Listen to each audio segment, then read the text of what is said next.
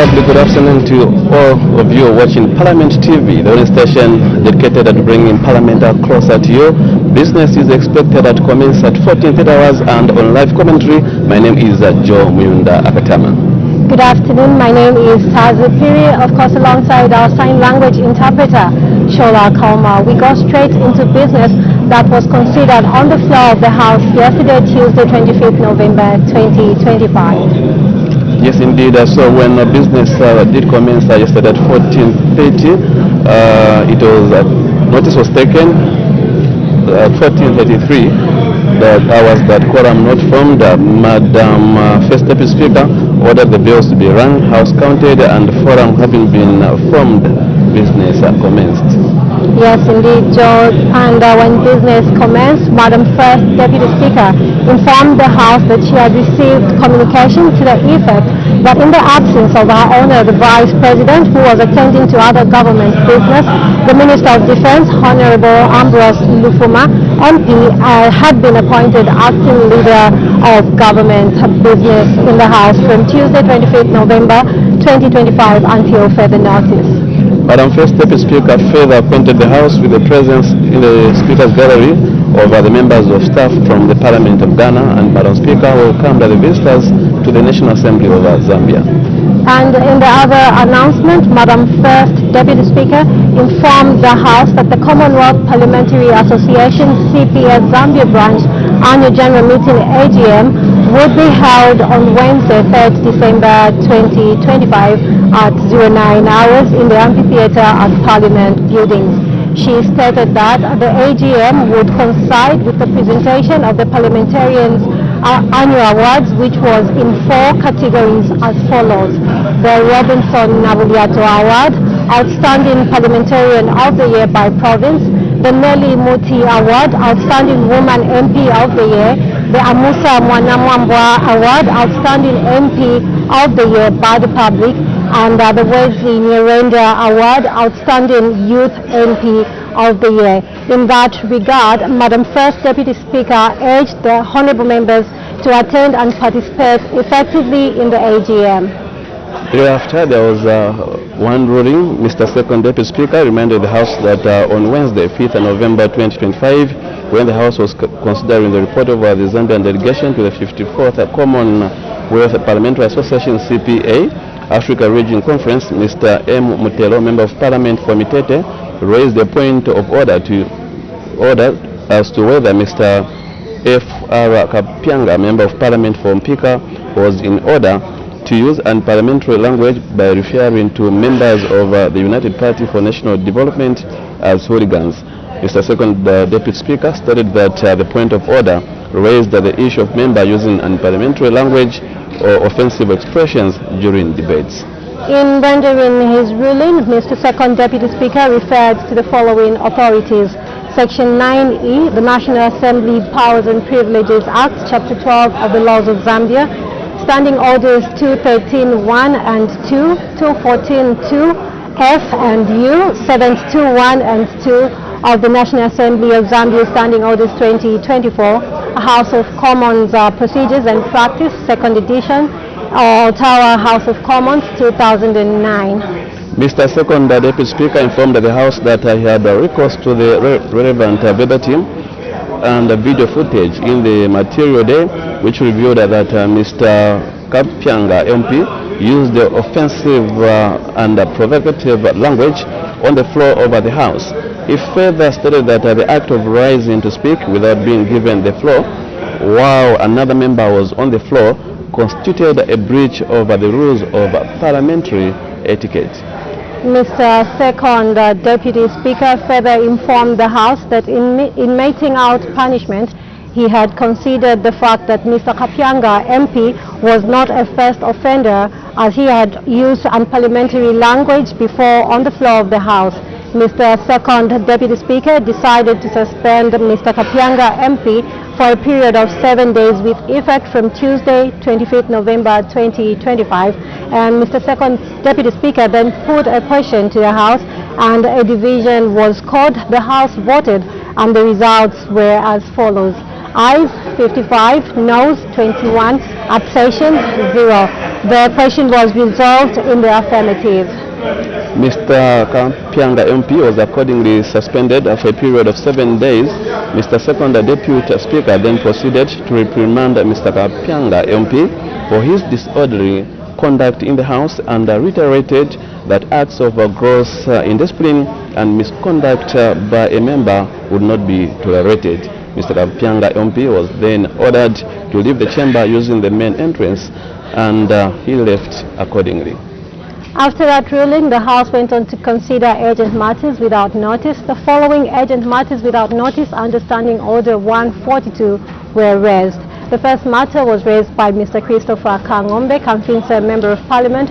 His subject matter was on the nationwide protest by wildlife officers regarding poor conditions of service. This matter was inadmissible. The other one did come from Ms. Katuta, Ms. Given Katuta, on the delayed payments to farmers who supplied maize to the Food Reserve Agency in Chienge Parliamentary constituency. The matter was also not admitted. And the third matter was raised by Mr. George Kandafula, who is a Ranger Member of Parliament. His subject matter was on the measures the government would take to ease the process for relatives of deceased farmers who supplied maize to the Food Reserve Agency in Sarenje Parliamentary constituency to obtain orders of appointment of administrator. This matter was equally inadmissible. Thereafter, the Minister of Local Government and Rural Development made a statement on the utilization of a 1 million kwacha contribution from each constituency under the Constituency Development Fund. The Minister updated the House on the purpose of the fund, the processes involved in acquiring the funds, and the projects that had been executed so far. Thereafter, the Minister of Commerce, Trade and Industry did present the Companies Amendment Bill, National Assembly Bill number 25 of 2025. And the bill was read the first time and referred to the Committee on National Economy, Trade and Labour Matters, and the committee is expected to bring a report to the House in due course. Yes, indeed. That's what the House did adjourn accordingly at 17:59 hours. Time now to look at the order paper for the day. In summary, we have 4 bills, and 3 to be presented by the Minister of Agriculture, 1 to be presented by the Minister of Finance, and we also have 4 ordinary questions. Yes, indeed, Joe. And today, being a Wednesday, we do expect the House to consider a private member's motion that is expected to be moved by Mr. Moti Chinkuli, that the House urges the government to regulate the conduct of funerals of sitting and former heads of the legislature, executive and judiciary. And also we have 1 bill to be considered at committee stage, which is the Occupational Health and Safety Bill, National Assembly Bill number 17 over 2025. Yes, indeed, and today we do have a notice of subject for debate on the motion of adjournment. This will be done by Mr. Mulenga Fube, Chiluvi Member of Parliament, and it's titled Address the Escalating Cases of Political Violence in the Country. Of course, we do expect announcements if there will be any urgent matters without notice, and as we earlier said, presentation of 4 government bills. Yes, indeed, and any time from now we will be seeing the presiding officer's procession making its way. That will signify the commencement of business, and just now we excite you to some live pictures as members of Parliament get ready for today's live parliamentary proceedings. And as we await the procession, Joe, we can get into the details of the bills. We do expect the Food Reserve Bill, National Assembly Bill number 33 of 2025, to be presented by the Minister of Agriculture. The Agriculture Credits and Warehouse Receipts, National Assembly Bill number 34 of 2025, also to be presented by the Minister of Agriculture. And we also expect the Agricultural Marketing Bill, National Assembly Bill number 35 of 2025, to be presented by the Minister of Agriculture. The Zambia Deposit Insurance Corporation, National Assembly Bill number 38 of 2025, to also be presented right now, as you can see on your screens. Madam Speaker's procession making its way into the chamber. We take you to the chamber. Honorable Members of Parliament, Madam Speaker.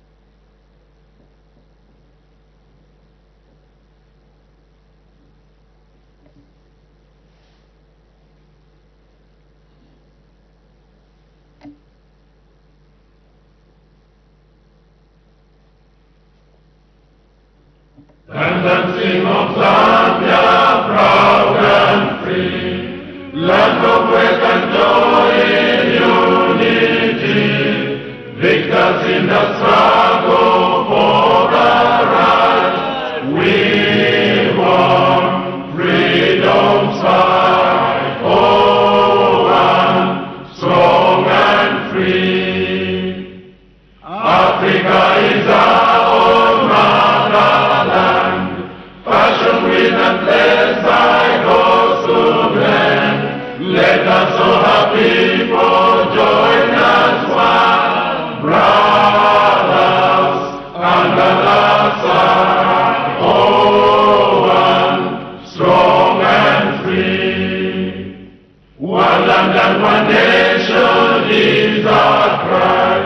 Dignity and peace in Zambia's sky, like a noble eagle in its flight.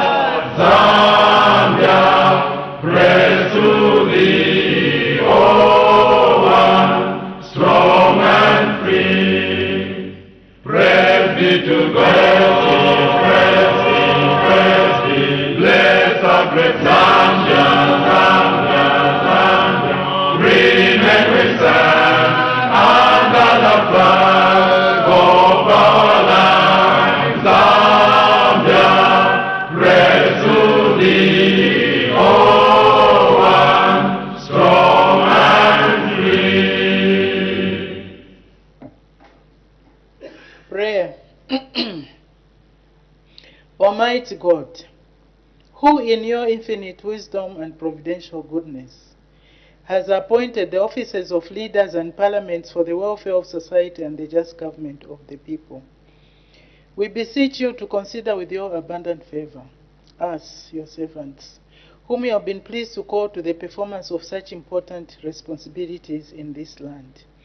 Let your blessing descend upon us here in Parliament assembled, and grant that we may, as in your presence, treat and consider all matters that shall come under our deliberation, in so just and faithful a manner as to promote your honor and glory, and to advance the peace, prosperity, and welfare of our country, and of those whose interests you have committed to our charge. Amen.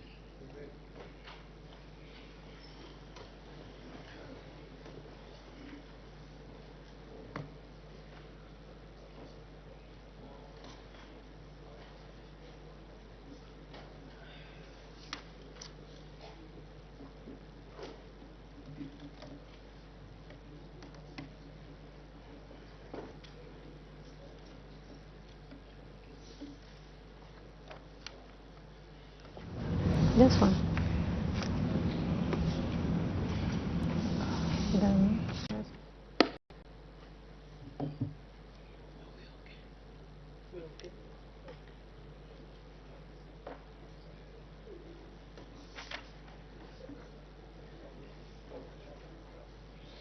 All the honorable members, I have one announcement to make.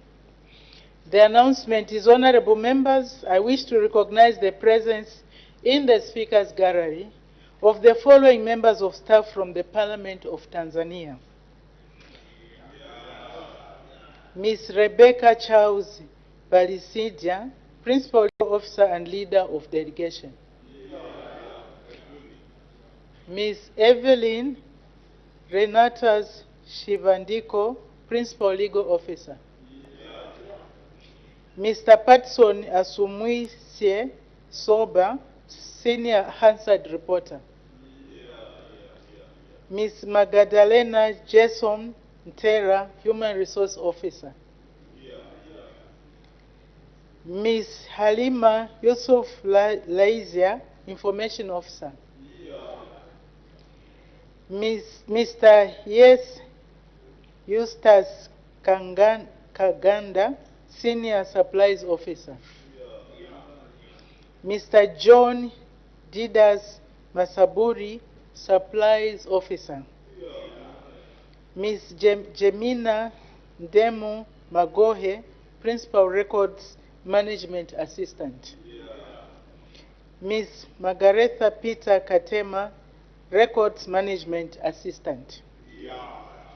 Mr. Athumani Hamisi Kabagasa, technician. Mr. Lawrence Mark Koba, technician.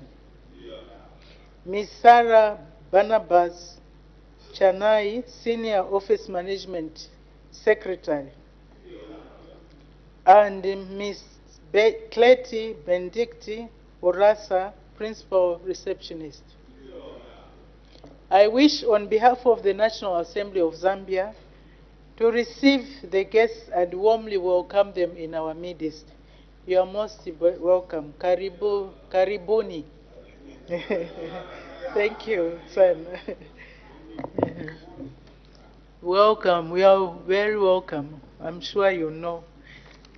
We'll have to ask somebody from the Muchinga province to teach us a few words. I know Honorable Member for Nakonde is not here.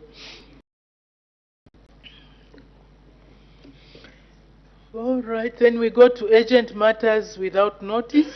I've seen 4 indications, but as usual, only 3. In the manner of indication, we start with the Honorable Member for Kamfinsa. Madam Speaker, thank you for the privilege to raise an urgent matter without notice, and I wish to direct it to the Acting Leader of Government Business. Madam Speaker, on the 13th of October, the Electoral Commission of Zambia did announce that voter registration had commenced, and this exercise was supposed to run for 1 month, Madam Speaker, and consequently, due to the fact that there were logistical challenges, people struggled to get NRCs, and there were other challenges that led to people failing to acquire the voters' cards, Madam Speaker, in good time. There was an announcement by ECZ that an extension would be granted, which extension, Madam Speaker, expires today, the 26th of November. Unfortunately, Madam Speaker, the target that was announced by ECZ in terms of capturing new registered voters, Madam Speaker, that target of 3.5 million voters has not been attained. And one of the reasons, Madam Speaker, it's a national challenge, is that most people failed to get NRCs and consequently failed to acquire the voters' card, either new ones or replacement. Madam Speaker, I wish to raise this matter, and I'm directing it to Leader of Government Business. Given the circumstances leading to the failure to reach the target, is it possible, Madam Speaker, that consideration can be made to extend by to ensure that we give the voters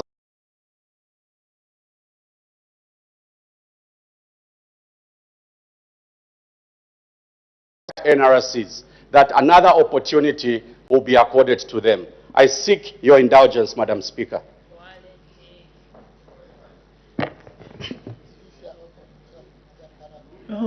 Thank you very much, Honorable Member for Kamfinsa. The issue of registration of voters.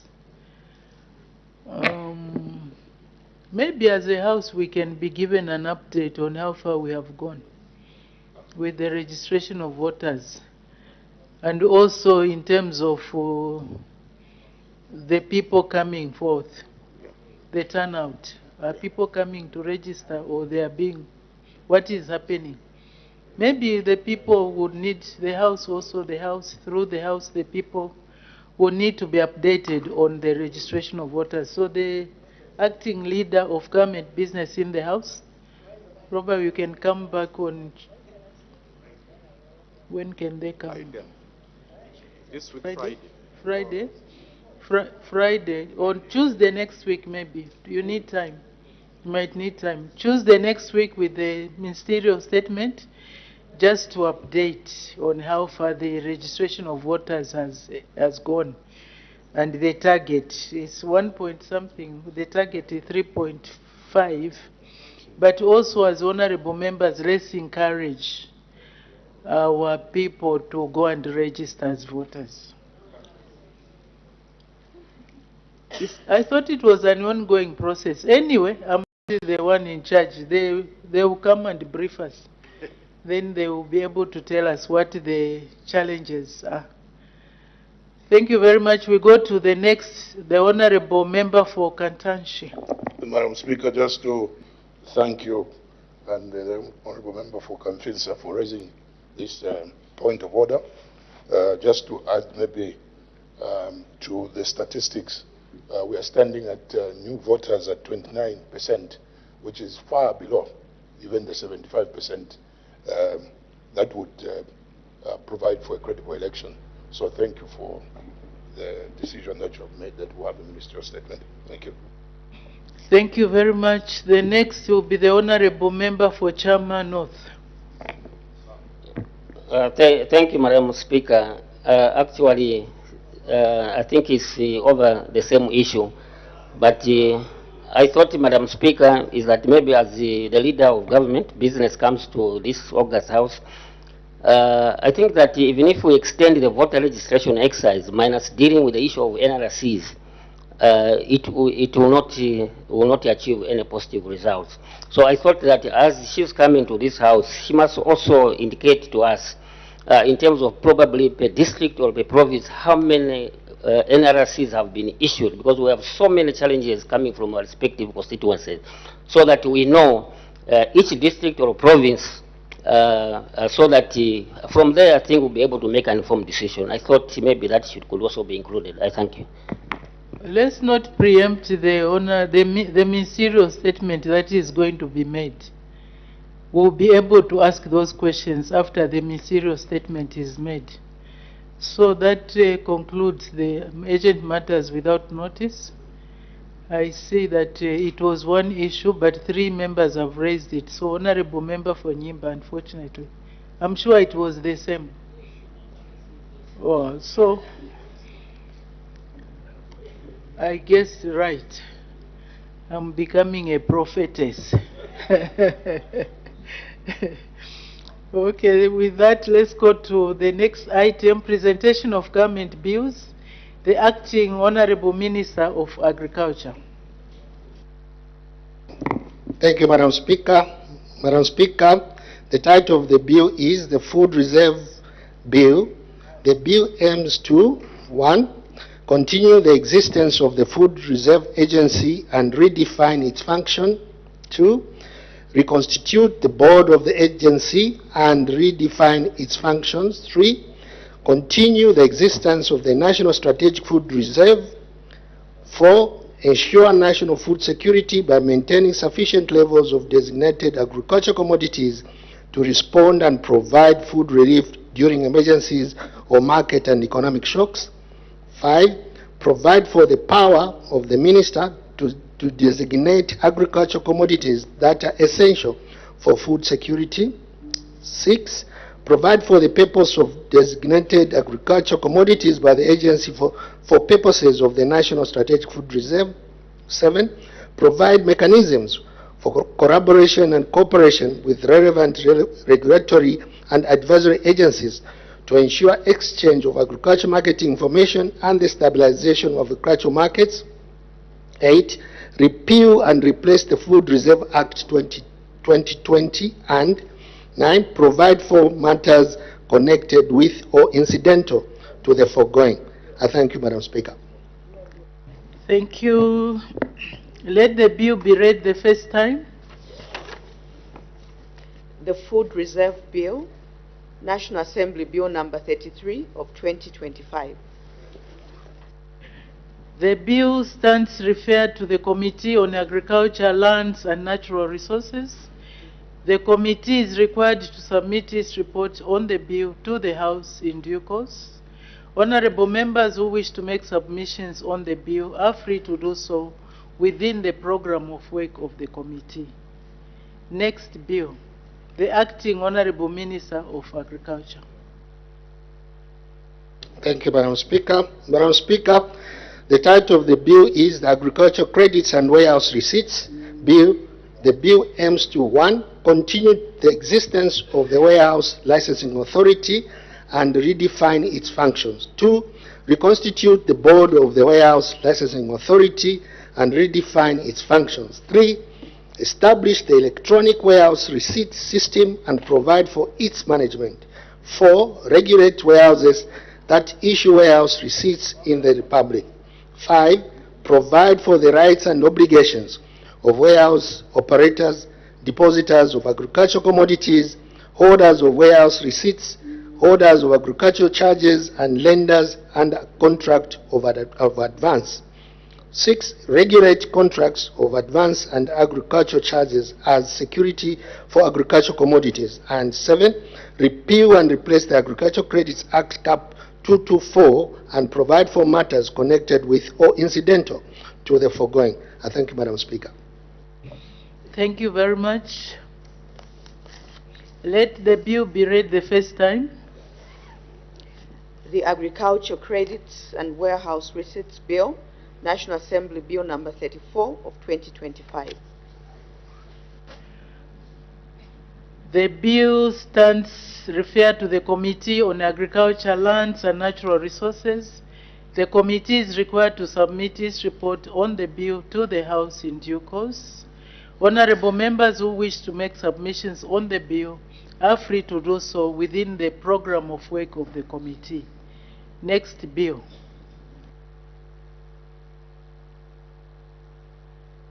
The Acting Honorable Minister of Agriculture. Thank you, Madam Speaker. The title of the bill is the Agricultural Marketing Bill.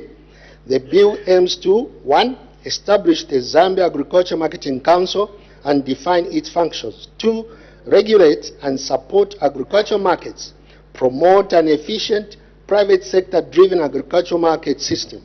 3. Establish the Agriculture Marketing Observatory Unit to manage data and information on agricultural products and markets. 4. Facilitate access to agricultural markets. 5.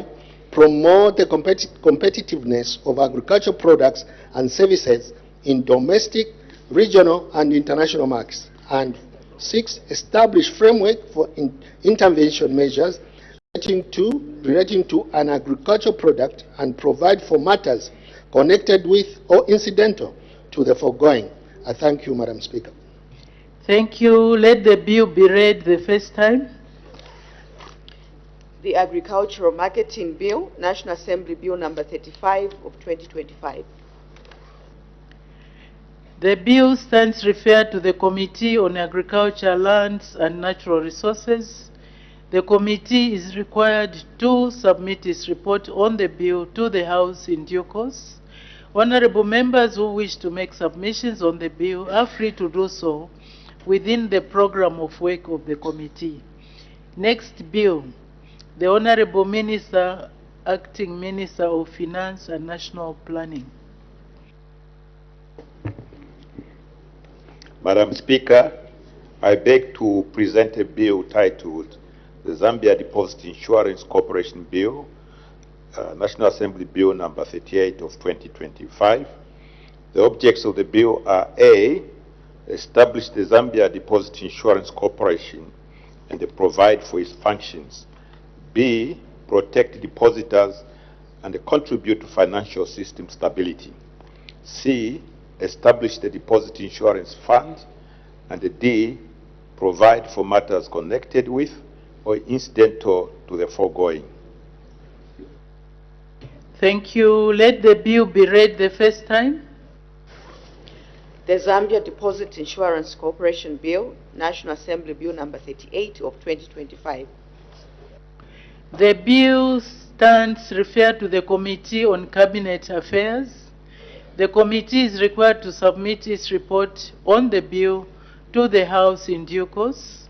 Honorable members who wish to make submissions on the bill are free to do so within the program of work of the committee. Questions for oral answer under Standing Order 80. The Honorable Member for Chadiza. Thank you very much, Madam Speaker. People of Chadiza are asking question 105. The Honorable Minister, Acting Minister of Water Development and Sanitation. Thank you, Madam Speaker. Madam Speaker, Mr. Jonathan Daka, Member of Parliament for Chadiza constituency, to ask the Minister of Water Development and Sanitation, A, whether government has any strategic maintenance plans for dams in Chadiza district, B, if so, when the plans will be implemented, C, what the estimated cost of the project is, and D, if there are no such plans, why? Madam Speaker, in response to the questions, A, yes, government has plans to conduct dam maintenance in Chadiza district. Answer to B, under the 2024-2025 financial years, the ministry undertook the maintenance of 104 dams in Eastern Province, out of which 12 dams were under Chadiza district. Government has plans to maintain 7 dams in Chadiza district under the 2026 financial budget. Answer to question C. The estimated cost of maintenance works for the 7 dams is 419,000 kwacha. Answer to question D.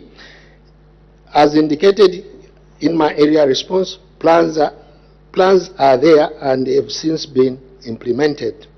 Madam Speaker, I thank you. Thank you very much. Supplementary questions. The Honorable Member for Chadiza. Thank you very much, Madam Speaker. Minister, we take heed of your response.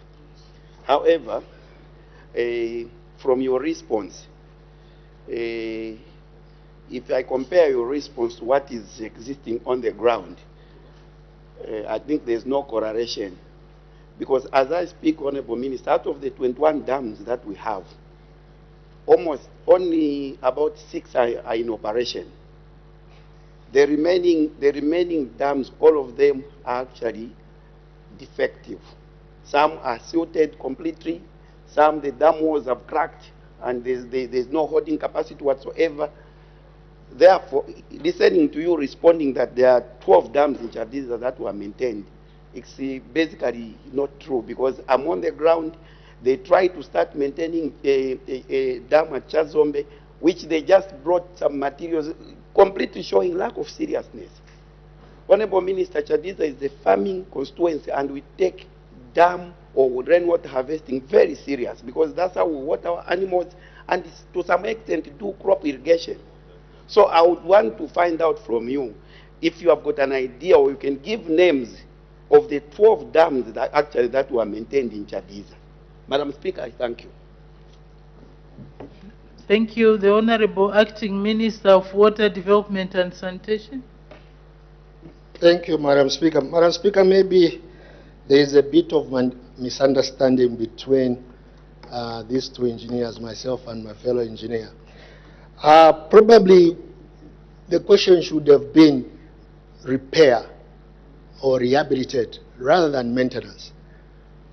According to the information that I've got, I can read out the dams that were maintained in 2024-2025, if you don't mind. Chimperera, Kandabwako 5, Kampako, Bwananunka, Chazombe, Kasongo, Luli, Chamandala, Kandabwako 3, Chazombe 2, Nsanzu, Chamchenga. Those are the 2. I'm just wondering, is the difference between maintenance and repair? I don't know. We can make progress. Honorable Member for Kaumbwe. Thank you, Madam Speaker, for the opportunity. You have maintained 12 dams, and you just listed the names. It's almost the same comment as Madam Speaker. The 12 dams are not operational that you have maintained. When you maintain something, it means you guarantee its operation. So a list of the 7 dams that will be maintained next. A list of the 7 dams that will be maintained next year. 1, Kampako, Bwanunka, Chamchenga, Chamandala, Kandawako 4, Louis Kasongo. These will be maintained next year. Submit. Thank you. The Honorable Member for Chadiza. Thank you very much, Madam Speaker. Honorable Minister, just like I've already alluded to the fact that you are mentioning these dams that are in my constituency. Like you are mentioning about the Chamchenga Dam or Camperera dams, all the names that you are mentioning. If you and I have to take a tour to my constituency, you will be very sorry to note that there's nothing that has been done to those dams. That's why I was compelled to bring this question before the floor of this House. Because what is happening in my constituency is that out of the 21 dams, there are only 6 that are operational. So my comment, Madam Speaker, is to just request the Minister that we take a tour we take a tour, you and I, to my constituency, so that we go on a fact-finding mission. Because as far as I'm concerned, there is no any strategic maintenance place that government has put in place with regards to dam repair. Because repair and maintenance, basically, they mean the same. I submit, Madam Speaker. Thank you. The Honorable Acting Minister of Water Development and Sanitation. Any comment? Thank you, Madam Speaker. Madam Speaker, I can only state that the proposal is accepted and we should be able to take this fact-finding mission to Chadiza. Submit. The Honorable Member for Ron, with the fact-finding mission, you still want to ask questions. Why don't we wait for them to go and... With your... Honorable Member for Ron. Madam Speaker, thank you very much for according me the opportunity, and I want to welcome you back. Madam Speaker, the Honorable Member for Chadiza has actually lamented, which means that he's actually very much concerned, and in his statement he has clearly indicated that they use the same dams for crop irrigation, and according to his statement he says they use the same dams for watering animals.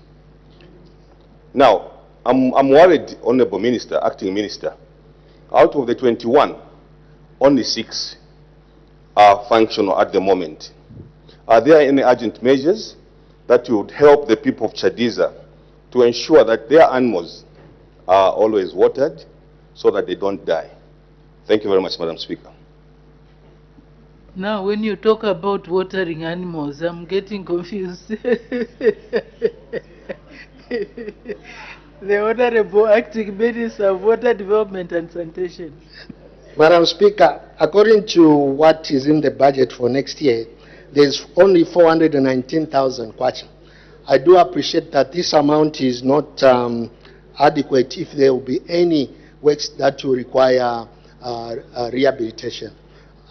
At the end of it all, from the fact-finding mission, we should be able to come up maybe with a revised budget and work plan so that we can service the people of Chadiza. Submit. Thank you. The Honorable Member for Nyimba. Thank you, Madam Speaker.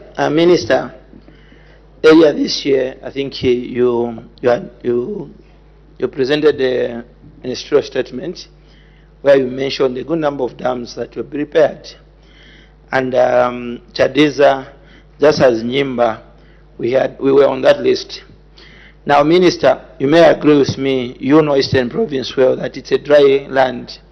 We do not have seasonal, throughout the year running rivers, and that's the reason why we cry for dams. Minister, you may also agree that we are the second, we are second in terms of animal keeping, in terms of cattle, countrywide, without pasture or enough water. So, Minister, I'm asking you a very simple question. Those dams you assured the people of Zambia throughout this country, including those of Chadiza and Nyimba, that they'll be repaired before December this year. How many have been repaired so that the people of Chadiza can appreciate, just like the people of Nyimba can appreciate that you have repaired some dams? Because our lifeline is water. We do not have water in the province. I thank you, Madam Speaker. Honorable Member for Nyimba, this was a constituency-based question. Now you are asking for how many dams that have been repaired the whole country. The Honorable Acting Minister might be taken by surprise. Why don't you put in your own question if you want that issue addressed? I don't know if the Honorable Minister being... maybe I give him to speak for himself. The Honorable Acting Minister for Water Development and Sanitation. Madam Speaker, in my initial statement, I had indicated that there could be a misunderstanding or misuse of the word maintenance. Because maintenance could be just cutting grass around the dam. Doesn't mean that is repair. So repair and maintenance, in my opinion, are two different things. So the question was on maintenance, and we are doing the maintenance at the moment, as I've mentioned. By cutting grass around. Let's make progress. Next question, the Honorable Member for Kalabo Central.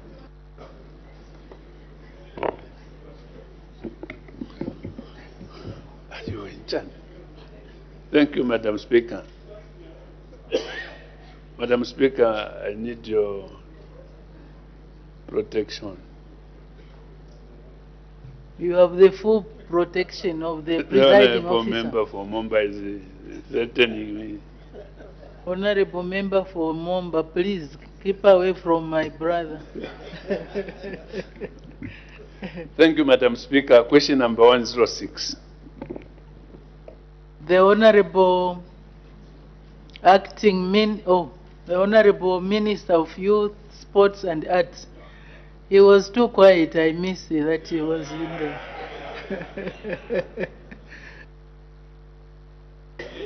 Thank you, Madam Speaker, and let me also add a voice to those that are welcoming you back. And I know that my yellow card has expired, so thank you very much for coming back. Madam Speaker, Honorable Member for Kalabo is asking the Minister of Youth, Sport and Arts the following questions. In A, he wants to find out when the construction of Kalabo Youth Resource Center in Kalabo District will resume. And in B, he's trying to find out at what percentage the completion is. And in C, is asking why the project has stalled, and in D, what the time frame for the completion of the project would be. Madam Speaker, the Honourable Member may wish to note that the resumption of the project in question is dependent on the assessment report of the Youth Resource Center, which is Kalabo, from the engineers under the Ministry of Infrastructure, Housing and Urban Development.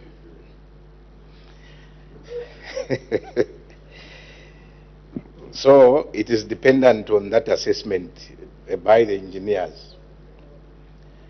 And in this regard, I wish to inform the House that my ministry is indeed working in collaboration with the Ministry of Infrastructure, Housing and Urban Development through the engineering department, and we are going to undertake the assessment exercise of Kalabo Resource Center, which is in Western Province, in December, that is next month. That's when the assessment would be done. In fact, it would have even gone last month, but due to logistical issues, we couldn't. So December, my ministry and the Minister of Housing will be going to Kalabo.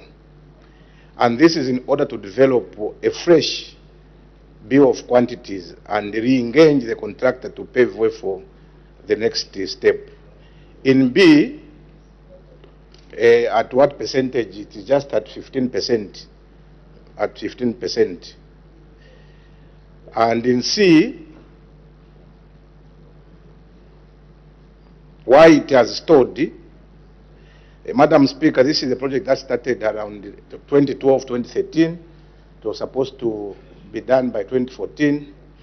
But Madam Speaker, typical of your people on your left, they used to abandon these projects. You can imagine 2014, they're supposed to complete, money was paid to the contractor, and this money couldn't even be seen where it was, where it went. So it is just at 15%. So it has stalled because of that erratic funding that also came from the previous government on your left. In D,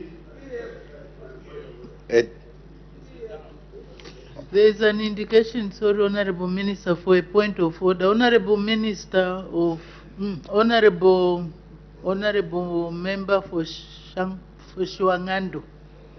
What's the point of order? Thank you, Madam Speaker. I know you may want to transfer me to Shangombo, but it's Shuangando, Madam Speaker. Madam Speaker, I rise on a point of order. That just confirms that we are one. Correct, especially with the new cousinship. Very true, Madam Speaker. With this new cousinship, we are very happy and interested. Madam Speaker, my point of order is pursuant to Standing Order 71, that the information we render to this August House must be factual and verifiable. Madam Speaker, I've been sitting here trying to listen to the Honorable Minister there. And as he is giving responses to the Honorable Member, who has posed a very important question. The Minister has been in office for more than 4 years. And he will be getting retired very soon next year. Is that verifiable? That one is verifiable, Madam Speaker. 12th of August is on the calendar at least. Madam Speaker, I was in order to insinuate that we here, who were in the previous government, which story should have been closed by now, Madam Speaker, because people are not interested anymore to hear who did what when. He is insinuating that money was paid to the contractor, and as minister, responsible minister does not know where that money went. When he's got all the records at his disposal, and he knows the contract obligations, how they are executed, but is in order, Madam Speaker, to further insinuate that all the projects that were undertaken under his ministry were not completed when all the stadiums he goes to were done before he became minister. Is it in order, Madam Speaker, to continue on that trajectory when the people of Zambia want him to give them the list of what he has achieved since he became minister in the last 4 years? I think you're serious, ruling. I believe the Honorable Member for Shuangando has sufficiently debated the point of order. Let's just make progress. It will not assist us. The project started in 2012, 2013. Today we are in 2025. Nothing has been done, and the people of Kalabo are still waiting. May the Honorable Minister continue. Thank you, Madam Speaker. I was at question D before I was rudely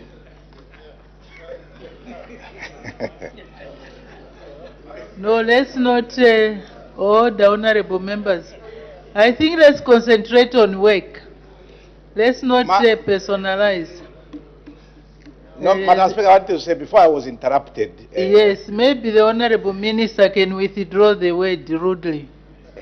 I withdraw, Madam Speaker. Thank you. You may proceed. Thank you, Madam Speaker. I just want to also tell the nation that I'm just coming from receiving a lot of medals from the boxers, from squash, from rugby, which medals were not there before.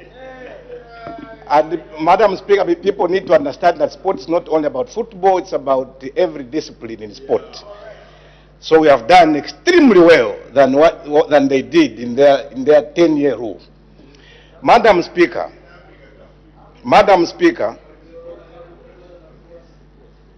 the completion of this project, Madam Speaker,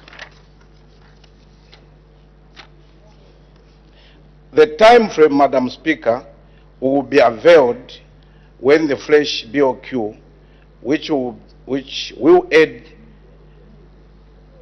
and which will be informed by decision, which will be informed by the decision that will be made by both my ministry and also the Minister of Infrastructure. Then we'll be able to tell when the project will be completed. I thank you, Madam Speaker. Thank you very much. So we are now going to supplementary questions. The Honorable Member for Kalabo Central. Madam Speaker, it's a time when I feel humanity is being disturbed. I don't know. You forgive me, Honorable Minister. Sometimes I don't get, if I had known, I would have requested that this question to go on a hold. This is a continuous, repeated question with a number of responses. Honorable Minister, are you going to allow me to request that maybe, Madam Speaker, re-engagement? Because what the Minister is saying there, if we are to state the hazard of this institution, even him, I think he will also question. With hope, on that particular day, Honorable Minister, he was not in the House. The former Minister for Media Information attended to this question. So if he can give me time, I go and say to the hazard, I'll bring the response. Can you allow me? Madam, am I allowed? So that I don't know how much time you are going to give me. I go and approach the hazard. I will bring the response which was given by Honorable Cassandra Chushi when she was the Minister of Media and Information. So maybe to help. Let's just ask supplementary questions. Yes. Those other engagements, you can do them outside the House. Yes, I understand. So, we are making a fresh covenant.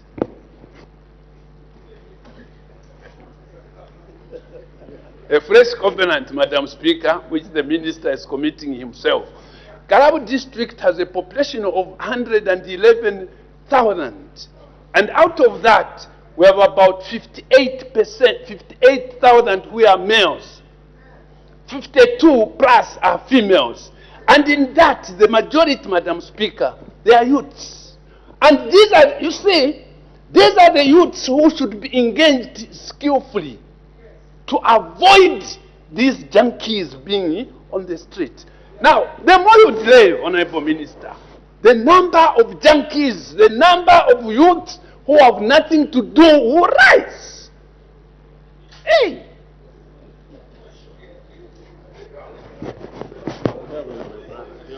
So, today is 27th November. Honorable Minister. 25th. 26th. So you are saying in December. 26th. It's just 4 days to be December. So, are you able to give me the date so that I go and wait for you there? Or even for those engineers? Because I'll be there. Thank you, Madam Speaker.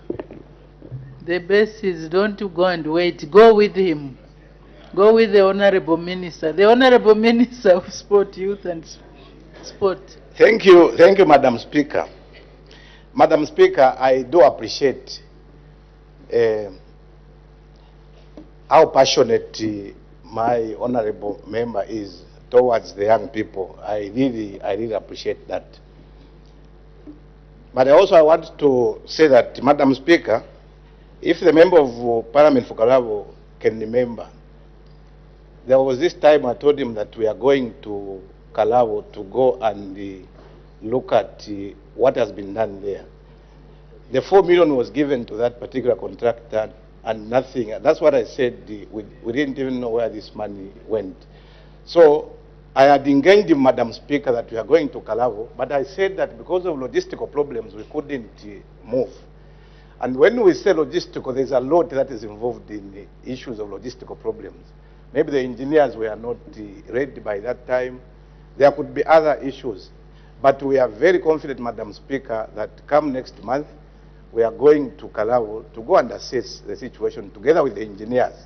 Then we'll be able to come up with the BOQ.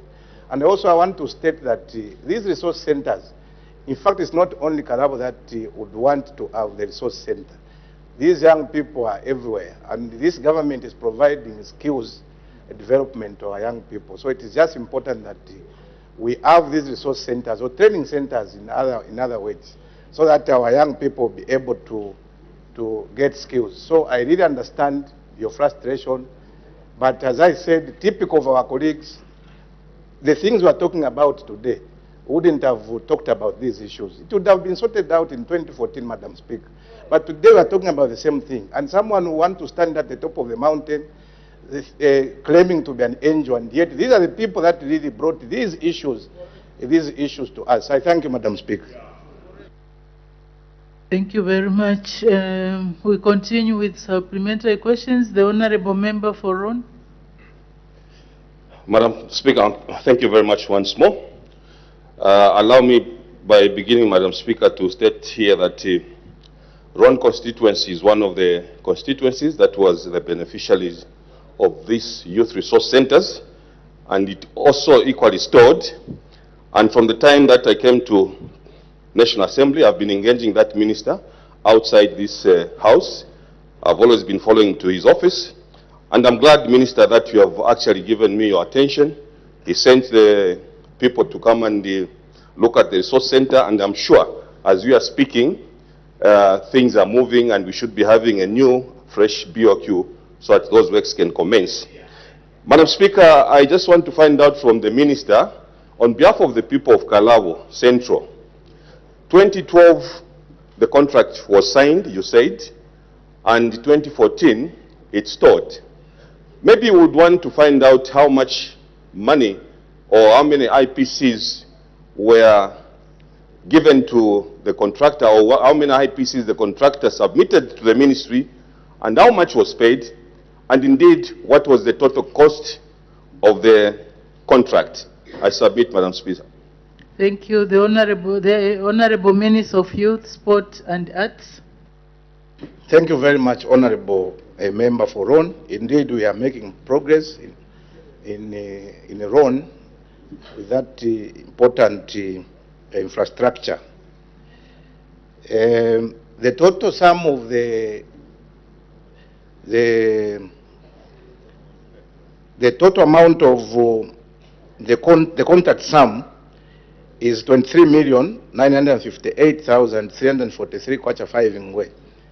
23,958,000. This would have been a very good modern infrastructure, and I believe it will, Honorable Member. We are going to make sure that you have the resource center. We only received one IPC amounting to 4,477,978 kwacha fungwe. That's the IPC. But when you go at this area, you find that maybe one or two, there is slab there, foundation, there was nothing. And this contract was given to a company called Aumat, yes, Aumat Contractor Zambia Limited. Yeah, because you know, he produced the IPC and was given the money. But when you look at the money that was given to him and the work that was done there, it is a sad story. Honorable Member will be able to attest to that. Sad story. That's why I'm referring to some people, because people also need to understand, Madam Speaker, that the past will always feed into the present, and the present will also feed into the future. So sometimes people become incensed, especially when we refer to them. All we are trying to do is to do something correctly so that we don't get back to such things.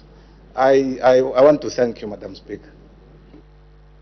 Thank you very much. In view of the fact that there is a trip to go to Kalabo, should we continue asking questions? Would we allow them to go to Kalabo to go and find out what is on the ground?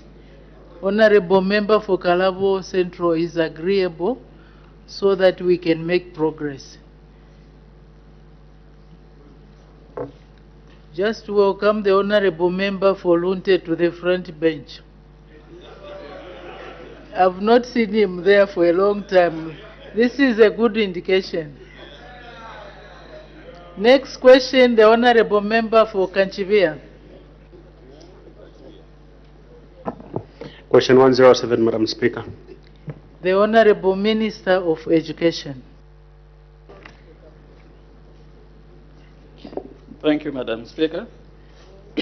Mr. Chand of Kanchivia constituency asked the Minister of Education, A, how many teachers were transferred from Kanchivia to other districts who are maintaining their pay point under Kanchivia district as of June 2025? And B, what measures are being taken to ensure that teachers who are transferred from one district to another vacate the pay point immediately so as to be taken up by the replacements? Madam Speaker, I wish to inform the House that as of June 2025, a total of 87 teachers who were transferred from Kanchivia district to other districts were still drawing their salaries from the Kanchivia pay point. B, Madam Speaker, the government has instituted several measures to ensure that teachers who are transferred from one district to another vacate their original pay point promptly, thereby creating space for their replacement. One, reinforcement of exchange-based transfers. Madam Speaker, to reduce staffing gaps that disproportionately affect some schools such as in Kanchivia, the Ministry is encouraging exchange-based transfers. This approach ensures that when a teacher is moved out of a rural station, for example, the teacher is moved in concurrently, thereby maintaining the staffing levels and minimizing payroll distortions. 2, mandatory payroll migration at assumption of duty. Provincial and district education boards have been directed to initiate payroll migration immediately upon a teacher reporting to the new duty station. This ensures that teachers are placed on the correct pay point at the earliest available payroll window, instead of waiting for multiple cycles that may take several months.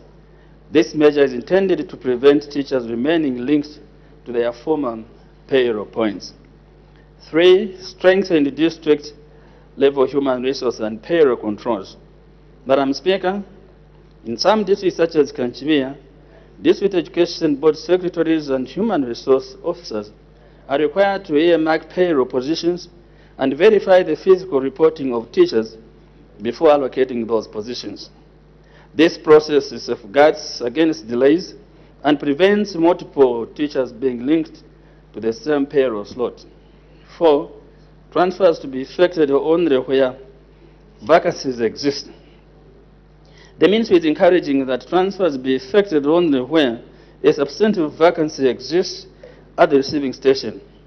This requires coordination between districts to ensure that transfers are not executed in isolation and will not undermine the staffing levels of other schools. Madam Speaker, these measures are designed to protect the staffing capacity of some districts, prevent payroll distortions, and ensure that teachers posted to underserved areas such as Kanchivia are properly supported and duly captured on their correct payrolls. Madam Speaker, I thank you. Thank you, honorable members. Let's tone down. There's too much discussions going on. Let's listen to the questions and answers. Supplementary questions, the honorable member for Kanchivia. Madam Speaker, thank you so much, and allow me to thank the Honourable Minister for his response. Honourable Minister, thank you for, as you've indicated, the numbers of those who've been transferred from Kanchibia, but still maintaining the pay points under Kanchibia is quite huge. And we have a situation where teachers who have been moved to Kanchibia, some of them have been there for 4 years, 5 years in excess, and would still not get their hardship allowances, for example, their settling allowances, but more so even for those who must be promoted. People have been in acting positions for very long periods.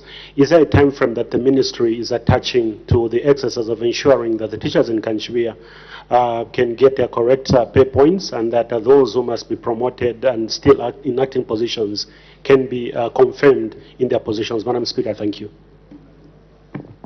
Thank you. The Honorable Minister of Education. Madam Speaker, slightly of a different question altogether, but we are looking into that issue. It's a legacy problem, but I think that the unions and the ministry, I think they formed a committee where they want to ameliorate all these problems, which are actually a legacy problem. Thank you. Thank you. The Honorable Member for Chilubi. Thank you, Madam Speaker. Since the Minister confirmed that there are those that have moved from Kanchivia, and they have moved possibly with PEMIC points, does the ministry intend to do the PEMIC audit so that they can separate, because such things are still happening, I think, even not just in Kanchivia, but in many other places. Do you intend to do a PEMIC audit so that you can separate those that have moved to those that have remained in Kanchivia on the required establishment, so that Kanchivia can still reflect the right teachers who are on the right PEMIC, and those that have gone there should go to where the PEMIC is supposed to be? Thank you. The Honorable Minister of Education. Indeed.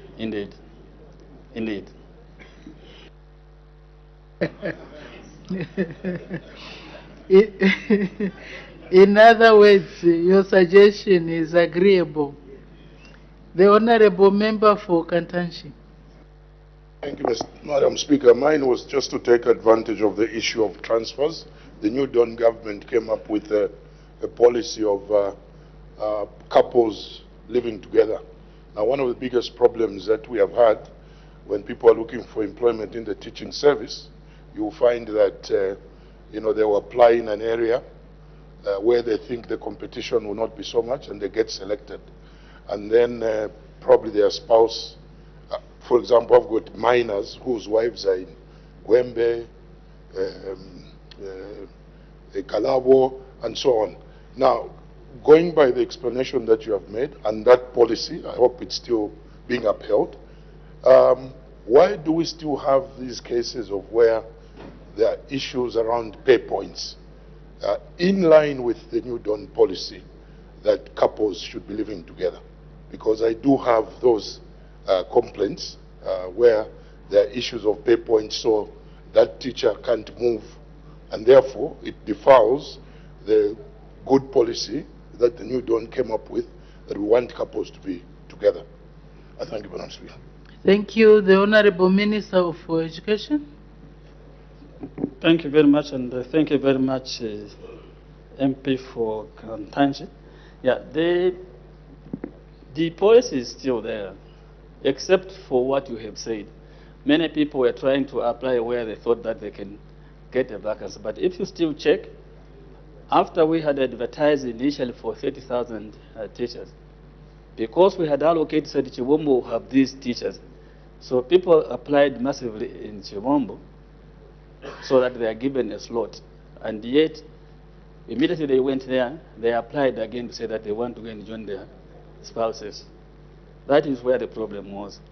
But otherwise, we have also said, if you sign for teaching, you have to stay at that school for 4 years. without you asking for transfer.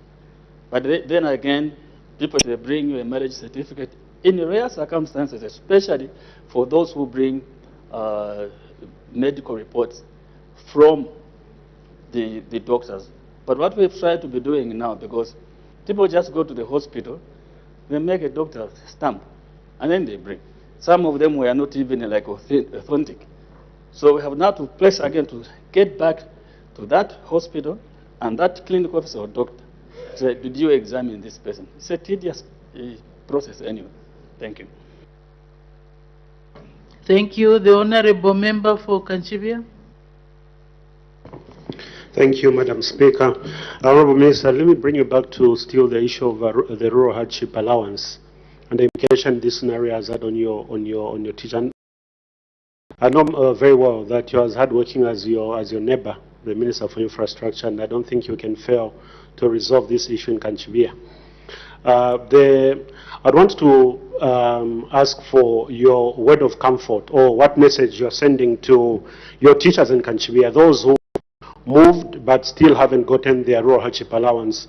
What mechanism is the government putting in place, considering that Kanchibia is a remote district? And some of those who have left, in fact, majority, if not all of those who have left, have gone to districts that are not as remote as Kanchibia, and they continue disadvantaging those who have remained in Kanchibia. What is government's intervention for our teachers who have not received their rural hardship allowances for so many years? Madam Speaker, thank you. Thank you. The Honorable Minister of Education. Yes, thank you, Honorable Member. You can just assure them that they will receive the hardship allowance. But what we have actually indicated to all the schools and the districts, that when you transfer a person, if they are no longer getting, for example, if you're in Kanchibia and then you transfer to go to an urban area, immediately they're supposed to get that hardship allowance to give it to a person who is in Kanchibia, and not to follow them as if they are still drawing a hardship allowance. Thank you. Thank you. The Honorable Member for Luvasenshi. Much obliged, Madam Speaker. The people of Luvasenshi wish to make a follow-up question, Honorable Minister, regarding to issues to do with transfers. Honorable Minister, I would like to find out what incentives are you trying to introduce to ensure that especially teachers in rural areas can be comfortably continue teaching in rural areas, knowing fully that some of the reasons that they do shift or make requests from those areas to urban areas is because of the conducive, in most cases, that are in urban areas. So my question is, what incentives are you introducing to ensure that we can maintain these teachers or our hardworking teachers in rural areas? I submit. Thank you. The Honorable Minister of Education. Obviously, one of them is the already existing hardship or rural hardship allowance. But beyond that, you have seen what you have actually done yourself in your constituency is using CDF to build nice houses for the teachers. So we have helped the government actually motivate our teachers. Thank you. Thank you. Next question, the Honorable Member for Kalavo Central. Thank you, Madam Speaker. Question number 108. The Honorable Minister of Fisheries and Livestock. Thank you, Madam Speaker. Madam Speaker, sincere apologies. I'll read the response from my phone, but I understand the hard copy is on its way to Parliament. Honorable Chingamiotu, Kalabo Central, to ask the Minister of Fisheries and Livestock whether the government has any plans to assist farmers commercialize livestock farming in Western Province. B, if so, when the plans will be implemented. C, whether the plans include the following livestock: goats, pigs, sheep. If there are no such plans, why? Madam Speaker, the following is our responses to the questions. A, I wish to inform this august House that my ministry has established clear documented plans to commercialize livestock farming in Western Province, including Kalabo Central. These plans support all major livestock species and aim to help smallholder farmers transition to profitable enterprises through improved veterinary services, infrastructure, restocking, and access to finance. A key focus is on linking farmers to sustainable markets and promoting value addition to enhance rural development, job creation, and food security. Madam Speaker, answer to B. I wish to inform the House that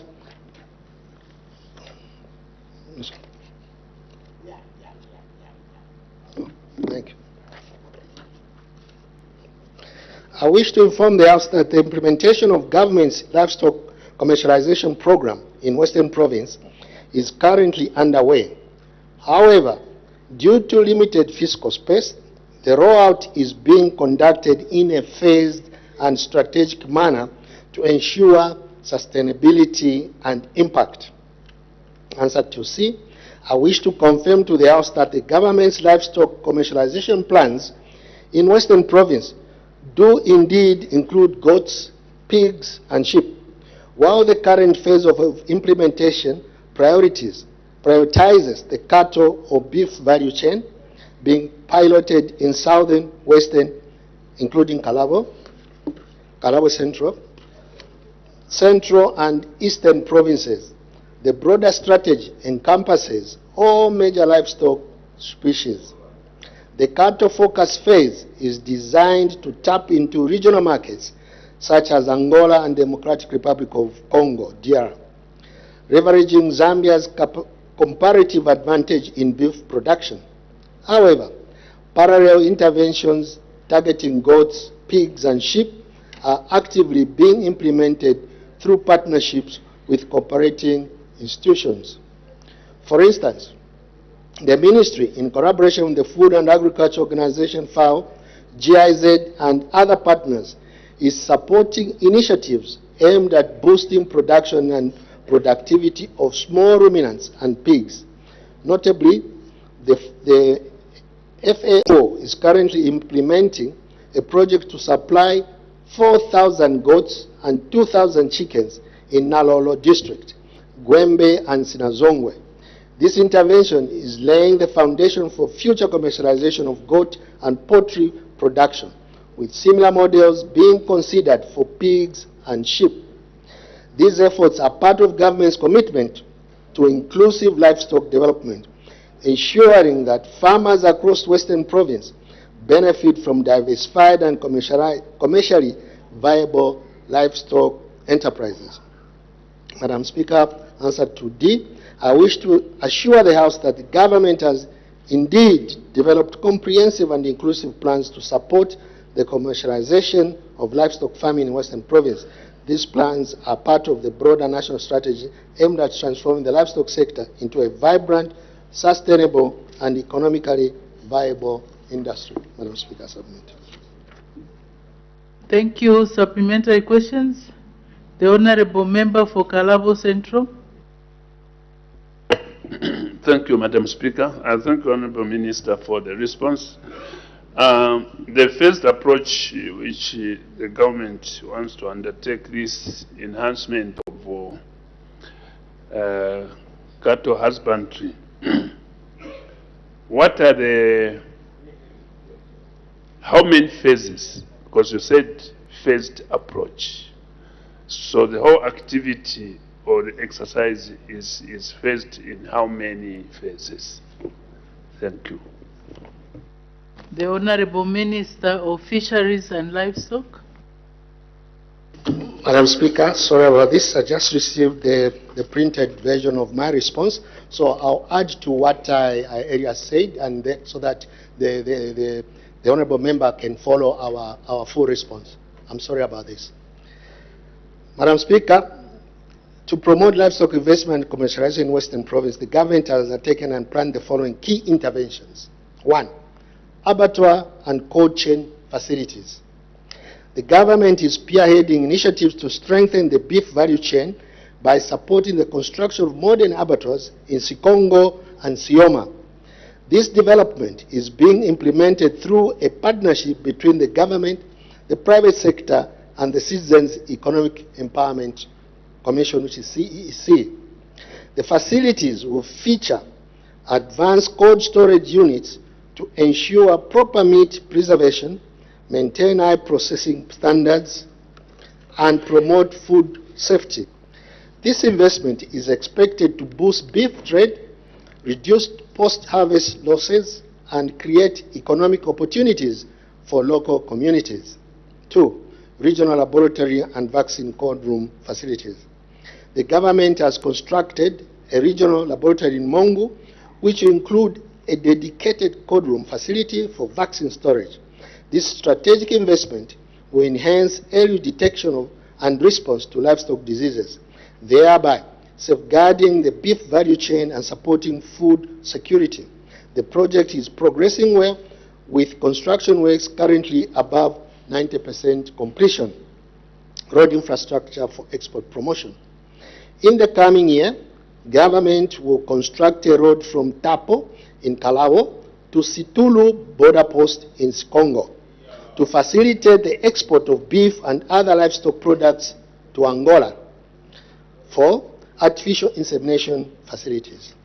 An artificial insemination facility has been established at Kalabo Farmer Training Center, FTC, to improve livestock genetics and enhance productivity. 5. Construction of livestock services centers. The government is constructing livestock service centers in Sesheke, which comprises Tier 1 crash pen and deep tank, to provide farmers with essential services such as animal health care, extension support, and breeding facilities. 2. Establishment of a cattle ranch. A cattle ranch is being revamped in Shangombo to serve as a nucleus for breeding and multiplication of improved livestock breeds. 3. Re-establishment of the cordon line. The government is undertaking measures to re-establish the cordon line as a critical strategy for controlling livestock movement and preventing the spread of transboundary animal disease between Zambia and Angola. This initiative is aimed at safeguarding animal health, protecting the beef value chain, and ensuring compliance with veterinary standards. Currently, consultations with key stakeholders are ongoing to ensure that the implementation process is inclusive, effective, and sustainable. Once finalized, the cordon line will serve as a vital biosecurity measure to enhance disease surveillance and containment across affected regions. 4. Access to finance and inputs. Madam Speaker, to empower livestock farmers and boost productivity, the government is facilitating access to affordable credit and essential inputs through targeted programs such as the Enhanced Small Livestock Investment Program, commonly known as ESLIP, and the Sustainable Agriculture Financing Facility, SAF. These initiatives, implemented in collaboration with financial institutions, aim to provide farmers with the resources needed to scale up production, adopt improved livestock breeds, and invest in quality feed and veterinary services. By improving access to finance and inputs, the government seeks to strengthen the livestock value chain, enhancing food security, and create sustainable economic opportunities for smallholder farmers. Extension services and capacity building. The ministry has strengthened extension services to provide farmers with technical knowledge on modern livestock management practices, disease prevention, and value addition. Training programs are being conducted to equip farmers with skills necessary for commercial operation, market linkages, and value chain development. Madam Speaker, the government is actively promoting value chain reliable markets, and encouraging investment in processing facilities for beef, dairy, and other livestock products ensures that farmers not only produce prices and greater market competitiveness. To further strengthen the beef value chain, the government is developing animal disease-free beef compartments in Western Province, starting with Limulunga, Senanga, Mongu, and Mwandi districts. These compartments will enhance disease control, improve compliance with international standards, and open up premium markets for the Zambian beef. These interventions form part of the broader government strategy to transform the livestock sector into a commercially viable industry that contributes to food security, job creation, and economic growth. The government remains committed to working closely with all stakeholders to achieve this goal. To this effect, a team led by the Permanent Secretary was dispatched to re-emphasize these priorities and ensure effective implementation. Answer to question B. As stated above, these livestock development programs are already being implemented and are ongoing. Therefore, the question of when they will be implemented, Madam Speaker, does not arise. Answer to question C. Yes, government is already implementing livestock development for the foreign livestock species. A, goat production. My ministry has supported 2,374 farmers in goat production in Western Province, contributing to improved livelihoods and food security. CDF, 188 farmers access loans and grants for goats production between 2022 and 2025, strengthening climate resilience of agricultural livelihoods in agroecological regions 1 and 2 in Zambia. 40 goats were stocked for 20 farmers in 2020. Further, 1,642 goats distributed through the Catholic Church, the Ministry of Community Development and Social Services, scaling up nutrition to and child abuse, pigs and sheep production. Currently, there is no dedicated government program for restocking pigs and sheep in Western Province. While there have been previous efforts, such as the pilot program for climate resilience implemented in 2021, the outcomes were limited and did not achieve the desired impact. The government is reviewing lessons from these initiatives to inform future strategies aimed at diversifying livestock production and improving resilience among farmers. Any new interventions will be designed to ensure sustainability, inclusivity, and measurable benefits for smallholder farmers. Sorry. Madam Speaker, the government has clearly demonstrated its commitment to scaling up livestock farming as a viable and inclusive livelihood options for communities in Western Province. As such, the question of there being no plans does not arise. Madam Speaker, I thank you. Thank you very much. That was a comprehensive answer. So the Honorable Member for Kalabo Central, another question? Thank you, Madam Speaker. I'm sure the responses have been comprehensive. But it's normal, Honorable Madam Speaker. He talked of artificial insemination being locally available there in the district. Honorable Minister, do you have the data to show that it's operational, the artificial insemination, or it's a measure which is about to be implemented? Thank you. The Honorable Minister of Fisheries and Livestock. Thank you, Madam Speaker. Madam Speaker, what is on record in my ministry is that there is a facility at Kalao Farmer Training Center. I submit.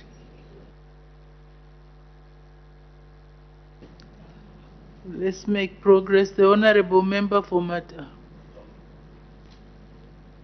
Why are you complaining? When you are called upon again, you are complaining. Maybe I skip you. The Honorable Member for Matero. Thank you, Madam Speaker. I'm most humbled. And Honorable Member of Parliament for Kalabo Central, thank you for that question, because the future of Western Province lies in commercializing what they produce there naturally, from cashew nuts, and you say yourself, cows, goats, sheep. Madam Speaker, this question I ask from a borrowed tribal cousin relationship we've established. Honorable Minister, those animals that have been laid there, there's one particular animal there that is a delicacy, and it can sell well outside Western Province and exported well outside the country. Are you considering commercializing an animal there called opani? Madam Speaker, I thank you.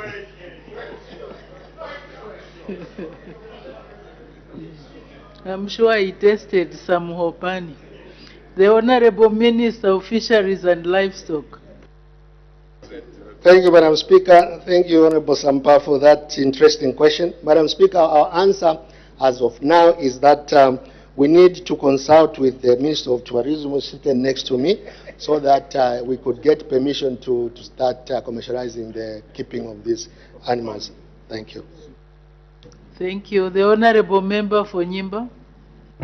Thank you, Madam Speaker. Madam Speaker, the Minister has answered, I think, a good number of questions through his ministerial statement he has given, because those were not answers. Madam Speaker, according to the Minister said, we have issues with fiscal space for us to commercialize that the late government wants us to do. And in his ministerial statement, he said that some money has been given out of CDF to see to it that especially goats put on commercial basis. Now, Madam Speaker, the issue to do with CDF and empowering the locals has been difficult in the sense that the money for goats usually it's given to clubs, and these clubs are 30-20, which is a very good idea. Now, Minister, because you are seated next to the Minister of Local Government, I think who is heading the issue to do with CDF. Are you, or can you sit down with them? Madam Speaker, it's a request, it's not a question, in fact. Can you sit down with the Minister of Local Government and see to it that people are given loans under CDF to commercialize their little goat lunches or cattle lunches they have, and you give them a period, not a 2-month period to start paying back, because all of us who keep animals, we know how it takes to produce an animal by either a goat, if you're lucky it's 2 in a year, and maybe a cow it's 1 in a year if you're lucky. So my question, my appeal to you, or my suggestion to you, is it possible that we can sit with the Minister of our local government and see to it that we give our people out there enough money instead of just waiting for a good police from the Ministry of Livestock, so that we can also tap into CDF and see to it that people are given enough money to commercialize, especially in areas like Rwapula, Madam Speaker, where they've got good pasture, Chifunaburi, Madam Speaker, although our friends there are wild animals, the areas. My question to you, Mr. Are you able to speak to your counterpart? Thank you, Madam Speaker. The Honorable Minister of Fisheries and Livestock, any comment?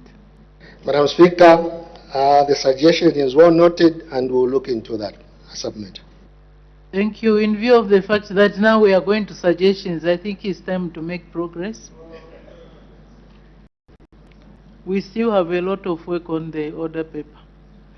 Private member's motion, the Honorable Member for Kanyama.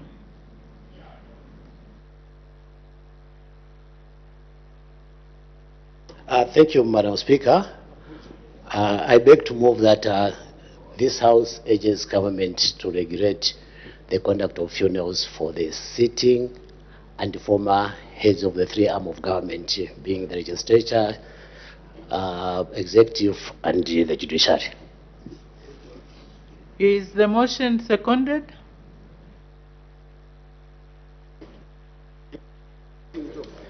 Yes, Madam Speaker, the motion is well seconded.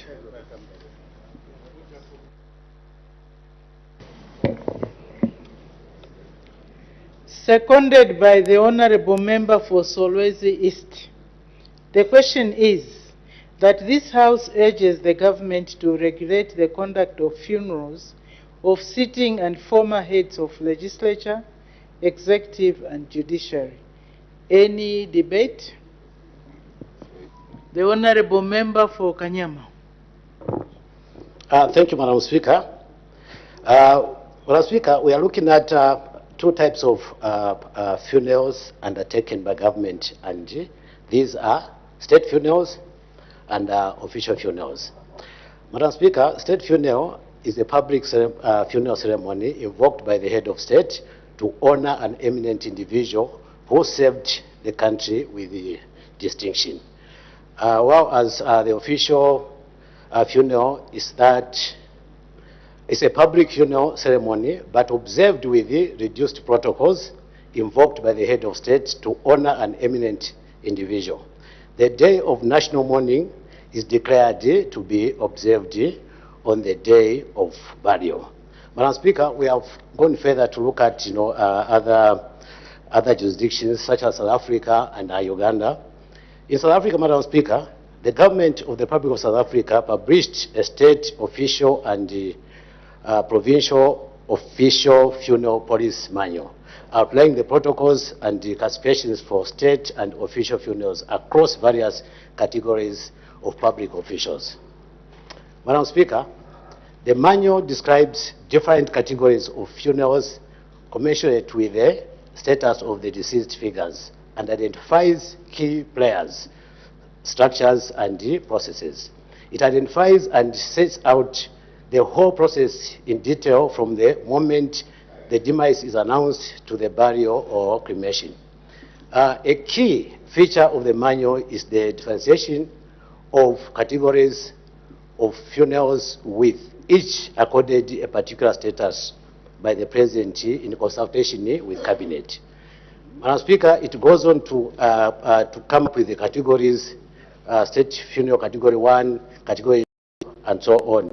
And official funerals on the state category, that is full owners, and those affected are the President, President-elect, and former presidents. State funeral category number 2, we have the deputy and acting presidents, former deputies. Official funeral category number 1, lesser honors, but still formal.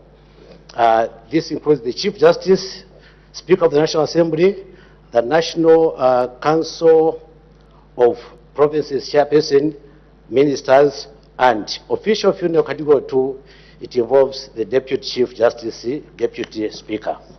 Uganda, Madam Speaker, has a legal framework.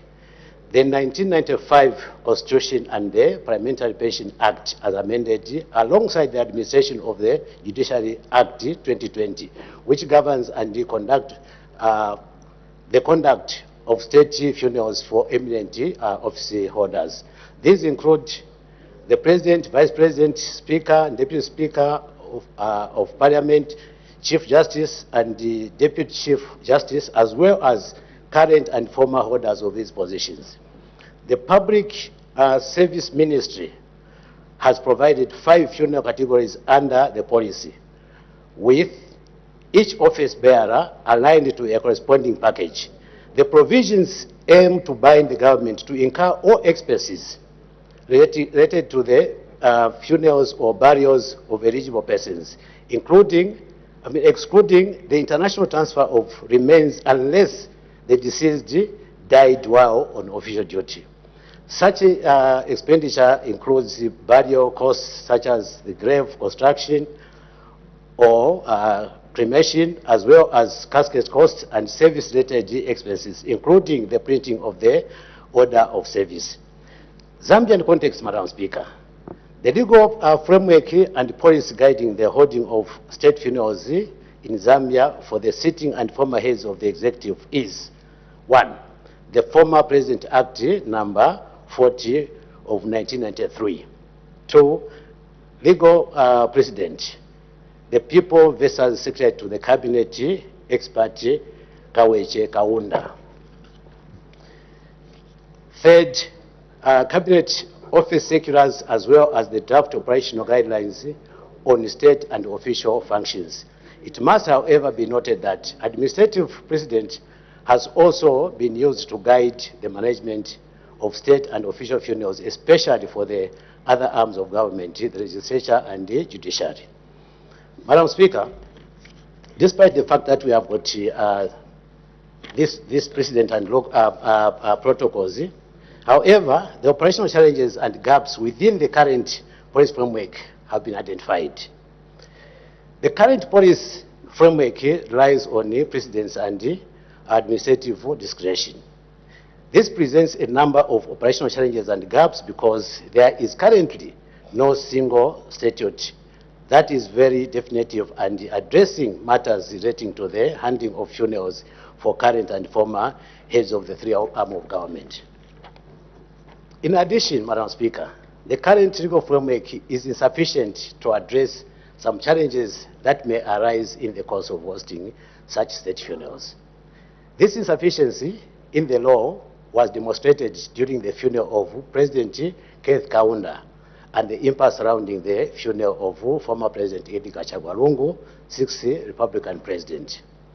The current impasse, Madam Speaker, in which the former head of state's body has remained unburied for about 5 to 6 months now, has exposed us as a country and highlights the serious need for a clear legal and ensure we do not find ourselves in such a situation again. While government protocols exist, the consent of the family is typically sought, though it is not legally binding. It should be established in law that once an individual aspires and eventually elected as head of state, he or she no longer falls solely under the authority of the family. This would serve as automatic consent that upon their death, the family would not have decision-making powers, and the state would take precedence in handling all funeral arrangements. Madam Speaker, I beg to move. Thank you very much. Does the seconder wish to speak now or later? Now, Madam Speaker. The Honorable Member for Solwezi East.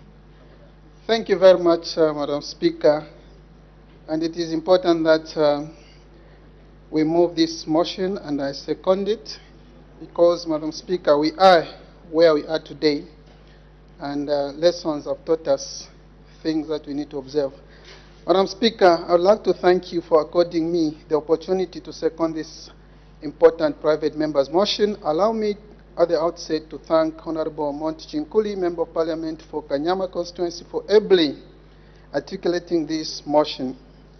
The need for legal and policy framework for government to regulate the funerals of the sitting and former heads of the legislature, executive, and judiciary.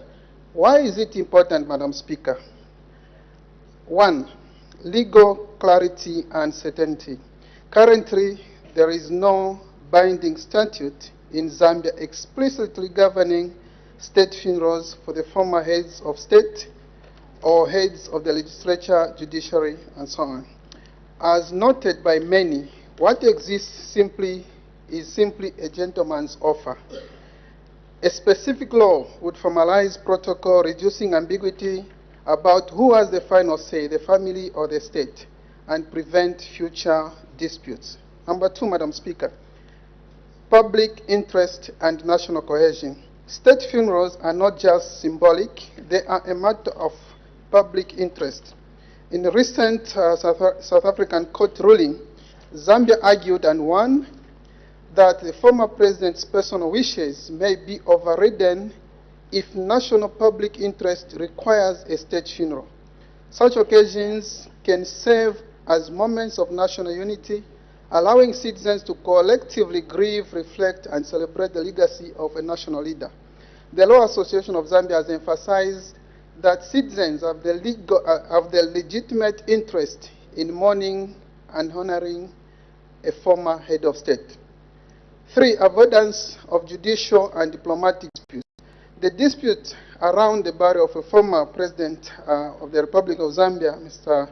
Edgar Chagwa, demonstrate the risks of the status quo. His body has remained held up legally in South Africa, and his family have objected to a state funeral and burial in Zambia. A clear legal framework would reduce the likelihood of cross-border legal disputes or battles, as in this case, by spelling out the state's right and responsibility well in advance. The cost, control, and transparency. Without legislation, cost of funerals, repatriation, logistics, national mourning, etc., may be negotiated as on an ad hoc basis. A legal or law set standards, norms, or caps, ensuring taxpayers are not exposed to unpredictable or inflated expenses. And having a legal framework, Madam Speaker, can improve accountability. If expenditures are laid out in law, Parliament can audit and scrutinize them. Number 5, Madam Speaker, preservation of national heritage and continuity. Funerals of national leaders are part of Zambia's national heritage. A law would institutionalize how we memorialize those who have led the country, providing continuity, dignity, and respect in line with protocol. And it can also mandate a central burial place, for example, the Embassy Park, where even the Pretoria Court referenced a burial site at the Embassy Park as the legal or legally appropriate location. Number 6, Madam Speaker, prevention of politicization and family-state conflict. Madam Speaker, with a legal framework, the government could reduce the risk of political feuds over funerals, as seen in the 60th President's funeral, where family wishes clashed with state protocols. By establishing that the wishes of a late president or his or her family yield to the requirement that deceased heads of state be accorded a state funeral, the law would prioritize the common good over partisan or personal disputes. Madam Speaker, number 7, balancing family rights with state duty. While the family should be respected, the state also has a duty to its citizens to honor national leaders in a manner befitting their service. A law could create mechanisms for family consultations, for instance, giving them input but not absolute veto, ensuring that the family is involved, but the state retains ultimate authority in the interest of national dignity. And 8th, Madam Speaker, international reputation and diplomatic respect. Madam Speaker, by having a clear and dignified legal process for state funerals, Zambia signals to the world that it treats its leaders with respect and has institutional capacity. This is also valuable diplomatically, since funerals tend to involve foreign dignitaries. It can help avoid embarrassing legal standoffs abroad. For example, for the former 60th president, when a head of state dies outside Zambia, as in this case, which ended up in a foreign court.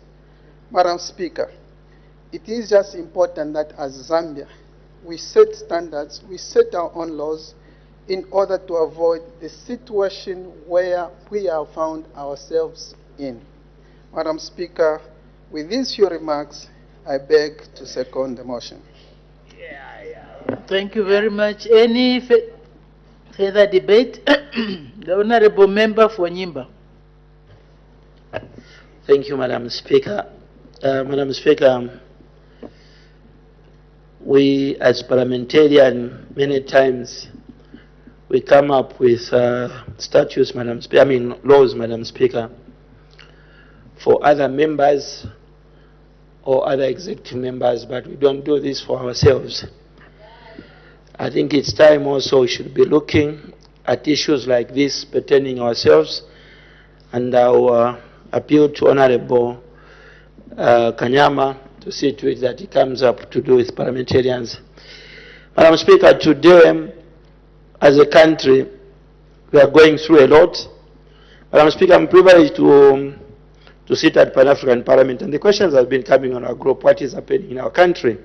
Is it that you parliamentarians in Zambia can't come up with a law? Where were you before this thing came to happen?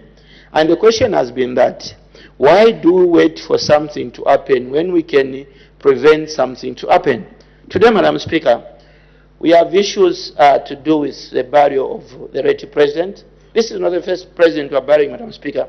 We buried FTJ, we buried President Levi Mwanawasa, we buried President Michael Chilufya-Sata, and Madam Speaker, we buried the Rupia Banda. All these were presidents. And we, Madam Speaker, we never had issues. When it came to bury our first president, Kenneth Kaunda, Madam Speaker, we had an issue like the issue we have today. And if I'm not mistaken, the judgment was passed by our High Court, and the direction was given. Madam Speaker, I believe maybe the little knowledge I have is that when a judgment is given, that becomes the law. So we had the issue to do with the family and government then to deal with the burial of President Kenneth Kaunda. And the burial went smoothly, we didn't have issues. Madam Speaker, the members, even if they have problem with them, they say, at you for sorry, Madam Speaker, I think it's good. I needed to say something. In my language, Madam Speaker, I say, Montos oyopa info. Because don't say tikafwe. Meaning, Madam Speaker, all of us are going to die, so no one should be scared of death. So, what we are discussing today, please, people should not misunderstand what the issue my honorable member of parliament for Kanyama has brought. Madam Speaker, as a country, we cannot be embarrassed like this. We have this parliament and we need to come up with a law. And that law we should have strict instructions how we are going to bury. Madam Speaker, we cannot take away the family out of any discussion to bury. But the family should also understand that when somebody is elected as head of state, this person, Madam Speaker, becomes a state property. It does not just belong to the family. So my plea to everyone here is that let's support this motion by Honorable Kanyama, so that, Madam Speaker, where you are seated there, sorry, I've already said, Mwambi, a problem, Madam Speaker, you are not a family property, neither am I a family property. Now I'm a property for people of Nyimba. When I die, Madam Speaker, the people of Nyimba should make a decision where to bury me. So is the President, so is the Minister, Madam Speaker, so Chief Justice, Madam Speaker, we need to come up with registration. The problem we have, Madam Speaker, is that we take time to act on things which are important, and we act on things, Madam Speaker, which are not that very important. This issue now, Chatipeza, meaning, Madam Speaker, this issue has found us here, where we are. What is it that we are doing about this? Madam Speaker, I urge the Minister of Justice to make sure that before we close this parliament, this case is looked at, so that in future, when one of us here becomes a president, Madam Speaker, and all of us would die, it dies, Madam Speaker, we shouldn't have an issue to do with burial. So my plea, Madam Speaker, is that the Minister of Justice should come up with this as soon as possible. Madam Speaker, I thank you for this opportunity. Thank you very much, and thank you for keeping within time. The Honorable Member for Kafula-Futa. Thank you very much, Madam Speaker, for giving the people of Kafula-Futa a chance to debate this motion. Madam Speaker, I recognize the fact that Zambia is a Christian nation. Therefore, I'm going to debate this motion based on what the Christian values dictate. And I'll say this without shame, Madam Speaker. I've read the book many times, and I've seen how the scriptures address a family setup. A family is one thing that is honorable before God. It should be honorable in society and so on. In saying this, Madam Speaker, I've followed the debate. We've also seen I'm talking from the predicament we found ourselves as a country lately. And my view is that much as I appreciate what my honorable here has said, the state obviously must have a bite in a funeral of any dignified person in Zambia. It is a good thing, but I do not think that this should override the rights of a family. And I'll back this up with the history that we've had, maybe I can't say as a country because this is written for our information. Jacob died in Egypt, and by word and by instruction, he instructed the children of Israel to bury him in the promised land. That is what is written. Joseph died in Egypt, and he instructed the Israelites to say, when I die, when you go back, or when you are going back to the promised land, you must carry my body, or rather my bones, with you and bury them in the promised land. So the two examples I've given are examples that the people involved in this gave to the family members or to the nation, because I'll concede that this was not just given to a clique of people, this was given to the nation of Israel. So I respect, I'll repeat that again, that surely the government must have a buy, but it is biblically wrong for the government to override the wish of the families. And I say that without shame, Madam Speaker. And I don't want to waste your time. I want to give room to others. I respect the motion, but I only support it as far as the government can follow and agree with the aggrieved family members. I've been widowed myself, and I know how painful it is to lose a loved one, and I'm sure there are many more who feel how painful it is to lose a spouse. And you don't want anybody to increase or to make the pain worse than you already experiencing, Madam Speaker. With these few words, I wish to disagree with the motion, and thank you. Thank you. The Honorable Member for Kawata. Thank you, Madam Speaker, for the opportunity you've given to the good people of Kawata to add their voice on this motion. And I'm grateful that the Honorable Member for Kanyama thought it wise to come up with this motion. Because, Madam Speaker, the challenges that we have faced as a nation, some of them it's because of not having legislation, regulations that are supposed to guide people on how they're supposed to make an announcement when a member of the former executive or legislator has died. We need legislation that will support that.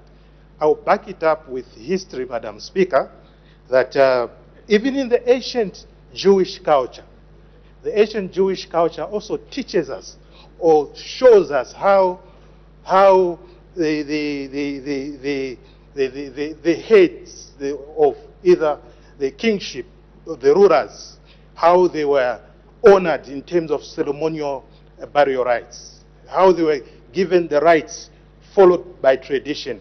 If you look also at the ancient Greek culture, also the ancient Greek culture gave permission for the culture of the Greek people, that whenever a celebrated leader died in society, he ought to be buried using the law.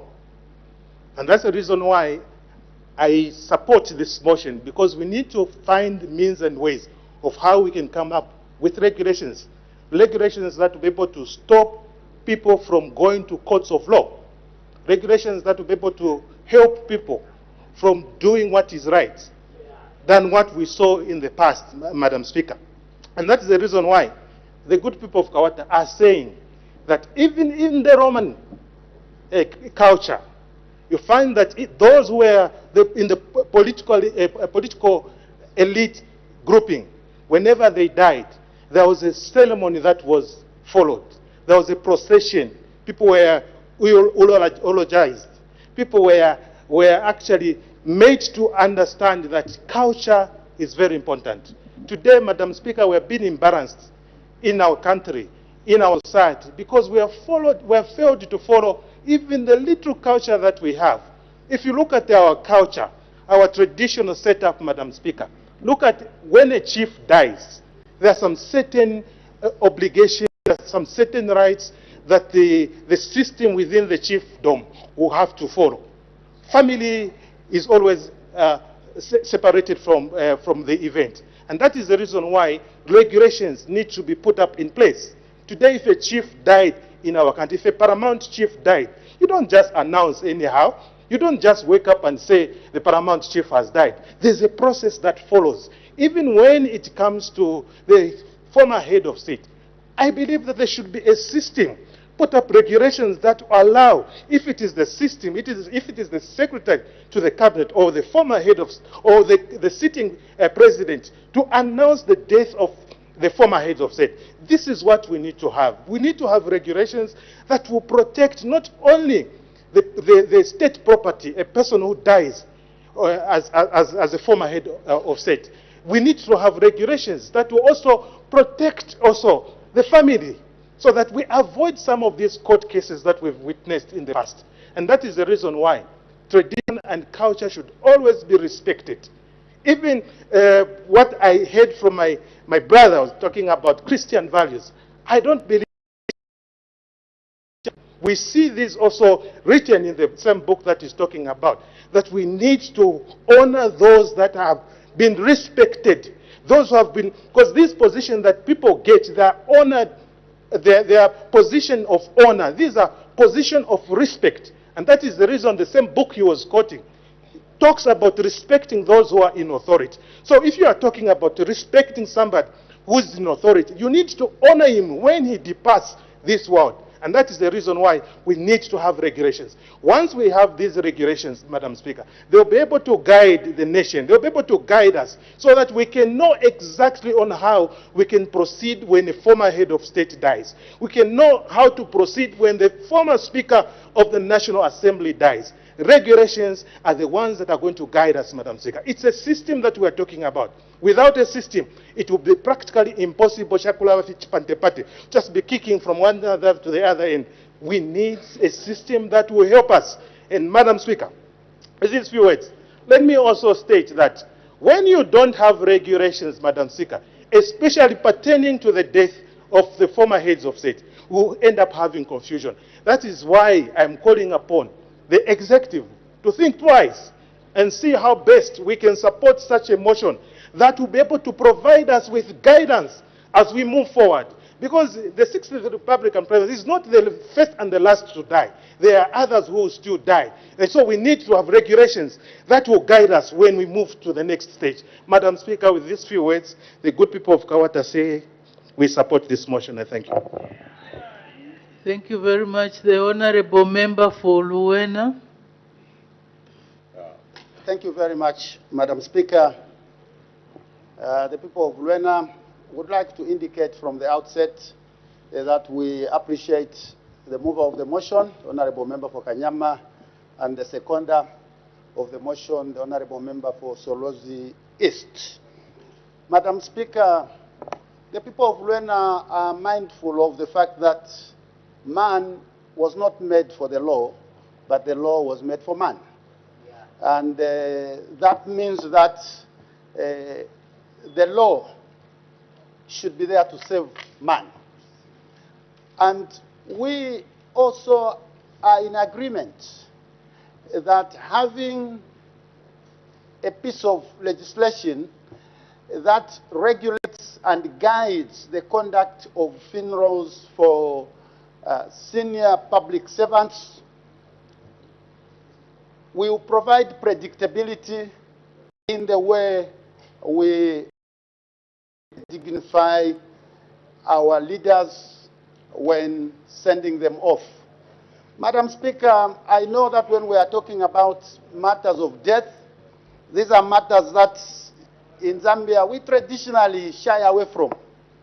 And so there is a lot of general understanding. It's not only in government circles, but it's also even in companies where they operate with a general understanding of what should be done when there's a funeral. So when there is a death of an employee, depending on the level, operations can even come to a standstill if it's the most senior employee of the organization that has died. Because when you go into their policies, you will find that beyond the funeral grant, there is nothing else that is being outlined. Now, coming to the public sector and the government in particular, that cannot be an acceptable way of doing things. Madam Speaker, we think it's necessary to have this law so that, one, we extend this honor and dignity to more officers. In fact, some of them have already been highlighted, and I will not repeat the same. But we also think that it will make it possible for less discretion to be exercised when it comes to funerals. I think there is actually a lot of official activities in a lot of unofficial funerals, Madam Speaker, in this country, because in many instances you find the government is involved in a very, very heavy way, but meanwhile this is an undeclared, so to say, in terms of whether it is classified as a state funeral or an official funeral. And so I support the model that the mover of the motion proposed that can be considered in Zambia, similar to what is obtaining in the Republic of South Africa. Because it's very clear what should happen if the dignitary that has passed on is at a district level, provincial level, national level, and so on and so forth. Those, Madam Speaker, are necessary to avoid lack of clarity. I do not think the law will remove or eliminate the possibility of disputes, because precisely once there is a law, people will have different interpretations to the law. And so there will be disputes, but those disputes will be resolved with reference to that specific law. At the moment, the absence of such a law is, as we have learned now, making opinions become, depending on who sometimes is shouting the loudest, they begin to sound like they are actually standing on very sound legal principles, when in fact they are just pushing an agenda for one reason or the other. But Madam Speaker, let me also turn to an issue that I think is important, even for the ones that we already have now, the ones we refer to as the state funerals, the manner of mourning. Madam Speaker, we've seen in this country that whenever there is a state funeral, for some very strange reasons, radios and televisions, from the morning at 6 o'clock, they play what they classify as solemn music. I don't know where they got that idea from, because there's no law that compels radios or television in this country to stop their normal broadcasting during the day simply because there's a state funeral. Madam Speaker, a state funeral can take place and the state protocols are the ones that will be affected. The flag will fly at half-mast, but the activities, commercial activities of private citizens should actually continue undisturbed. Radio stations, Madam Speaker, are commercial entities. They have got contracts that they have to satisfy, and when there is, unfortunately, a state funeral, for some reason they abandon all those things. I once had an experience, traveled all the way from where I was to come for a wedding of my nephew, and unfortunately it was during the time the nation was mourning the late President Patrick Levi Mwanawasa, may his soul rest in peace, and the wedding was cancelled.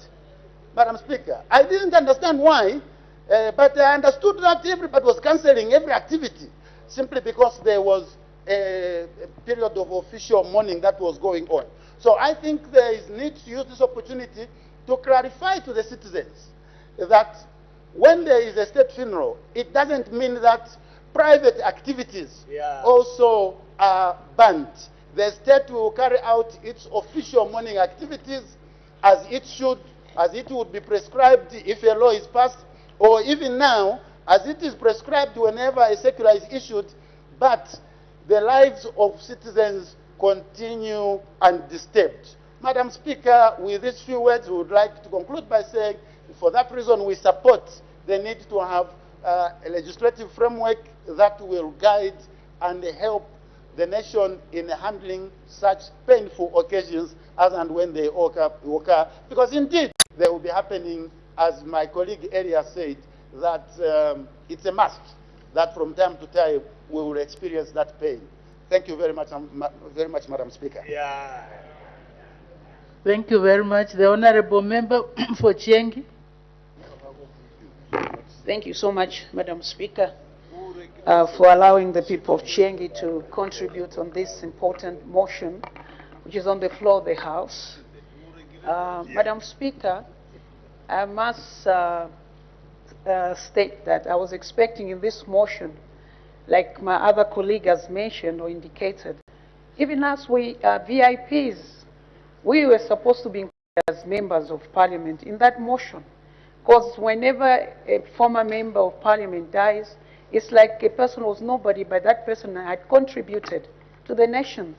So I think this motion seems to be having some motives behind, and I feel it's not being a genuine motion.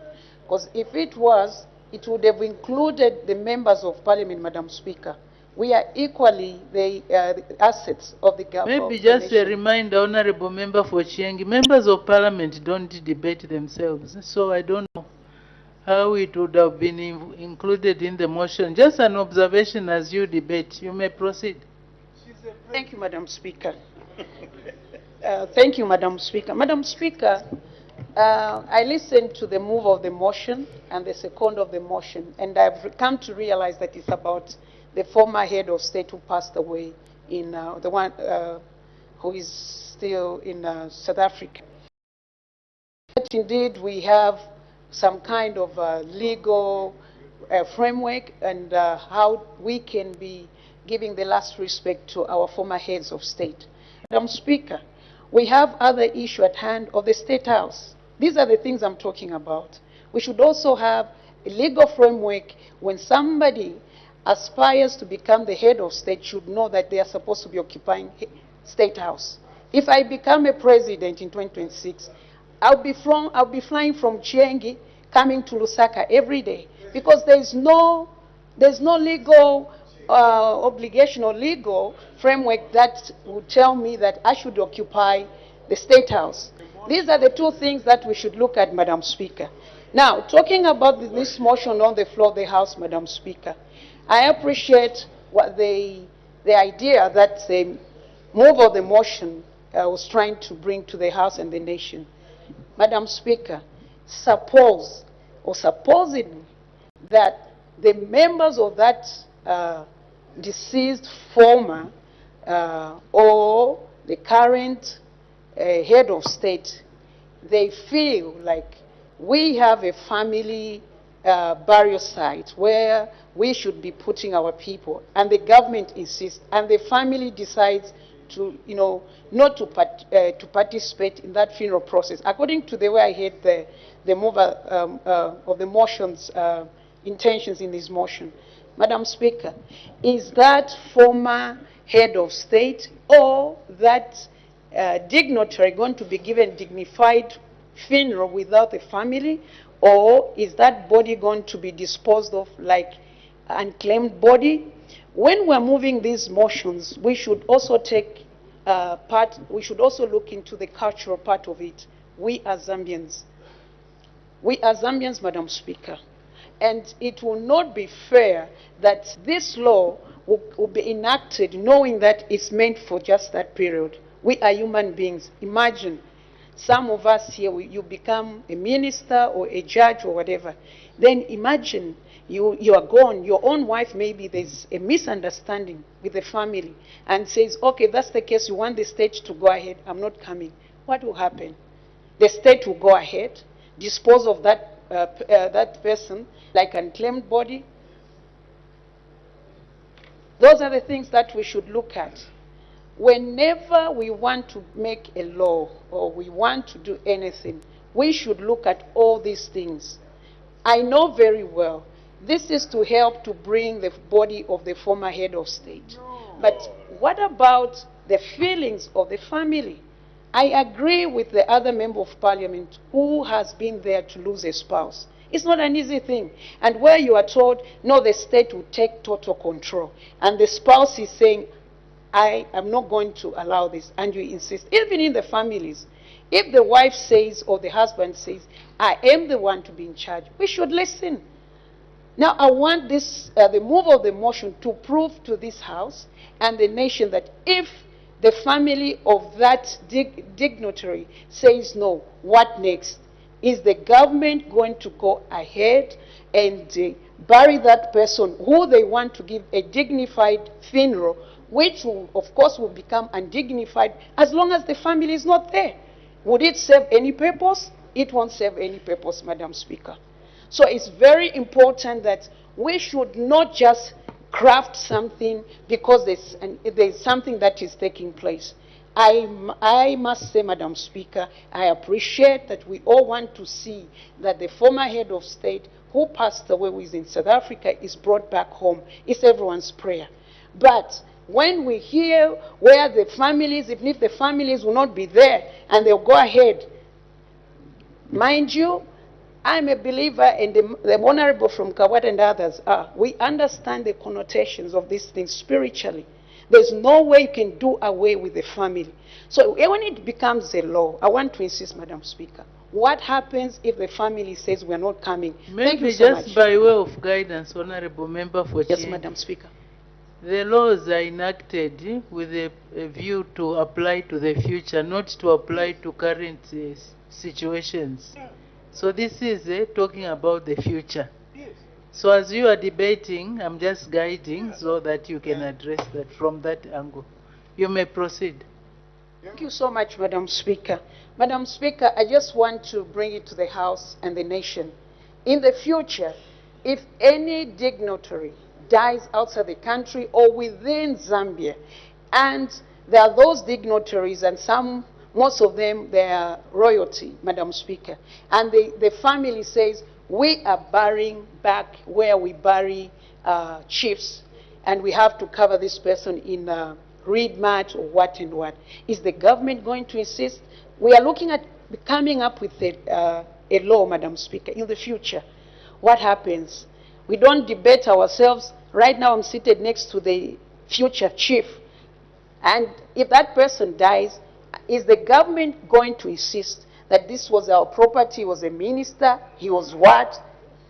Is it going to happen like that? That's why I have a question with this motion, Madam Speaker. It has not been coined or crafted nicely. It has to be coined in the manner whereby we don't raise questions. We know there will be a room for this, there will be a room for that, then we'll support this motion. Otherwise, the way the motion is, Madam Speaker, I'm afraid I would not want to be part of that law which will infringe on the rights of the family, any family in the future. Thank you, Madam Speaker. Anyway, I will not comment. The Honorable Member for Chama South. Thank you, Madam Speaker.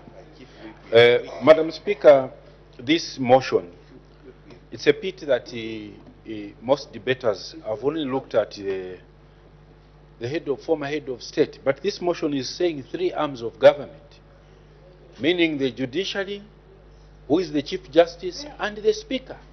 This is what the motion is saying. I know why debaters have concentrated on the former head of state. It's because of the standing, what I would call the standoff that is there currently. That is the reason why a number of members have concentrated on that. I'm of the view, Madam Speaker, that probably the mover of this motion, Honorable Chinkuli, was trying to suggest that we amend. Order. As the time is 16:40 hours, I suspend business for 20 minutes for a health break. Good afternoon, and thank you for still being with us on Parliament Television. Business has been suspended for a 20-minute break, and at the time business was being suspended, on the floor of the House was Chama South Member of Parliament, Mr. Davison Mungandu, debating the private member's motion that this House urges the government to regulate the conduct of funerals of sitting and former heads of the legislature, executive and judiciary. This motion has been moved by Mr. Monty Chinkuli and has been seconded by Solwezi East Member of Parliament, Mr. Alex Katakri. And so when business resumes after the break, we do expect Mr. Davison Mungandu to continue with his debate. Yes, indeed, and as still to come, we do expect the House to consider the Occupational Health and Safety Bill, National Assembly Bill number 17 of 2025 to be considered at a committee stage. Yes, indeed, and just now we take a look at some of the business that has been considered from the time business commenced. Madam Speaker did make one announcement in which she acquainted the House with the presence in the Speaker's gallery of members of staff from the Parliament of Tanzania. Madam Speaker, on behalf of the National Assembly of Zambia, warmly welcomed the distinguished guests to the National Assembly. And thereafter, the House there was presentation of government bills. The Minister of Agriculture did present 3 bills, and the 3 of them have been referred to the Committee on Agriculture, Lands and Natural Resources, and the committee is expected to report progress to the House in the due course. And the Minister of Finance and National Planning did present one bill, that's the Zambia Deposit Insurance Corporation Bill, National Assembly Bill number 38 of 2025. The House has also considered 4 questions for oral answer under Standing Order 80. We will get to the details at a later stage. Just now, we take a break. Keep watching Parliament Television. Hi! Hi, baby Hi, girl. Mom. Hi, Dad. Mwah, mwah. Young lady, where are you coming from? Did Grandma call you? Is that why you are late? Yes. I escorted Grandma to replace her voter's card. Don't lie, you just want to see your boyfriend. You, Richard, behave. But I thought the registration has closed. No, actually, they have extended and they're offering new registrations, replacement of lost, destroyed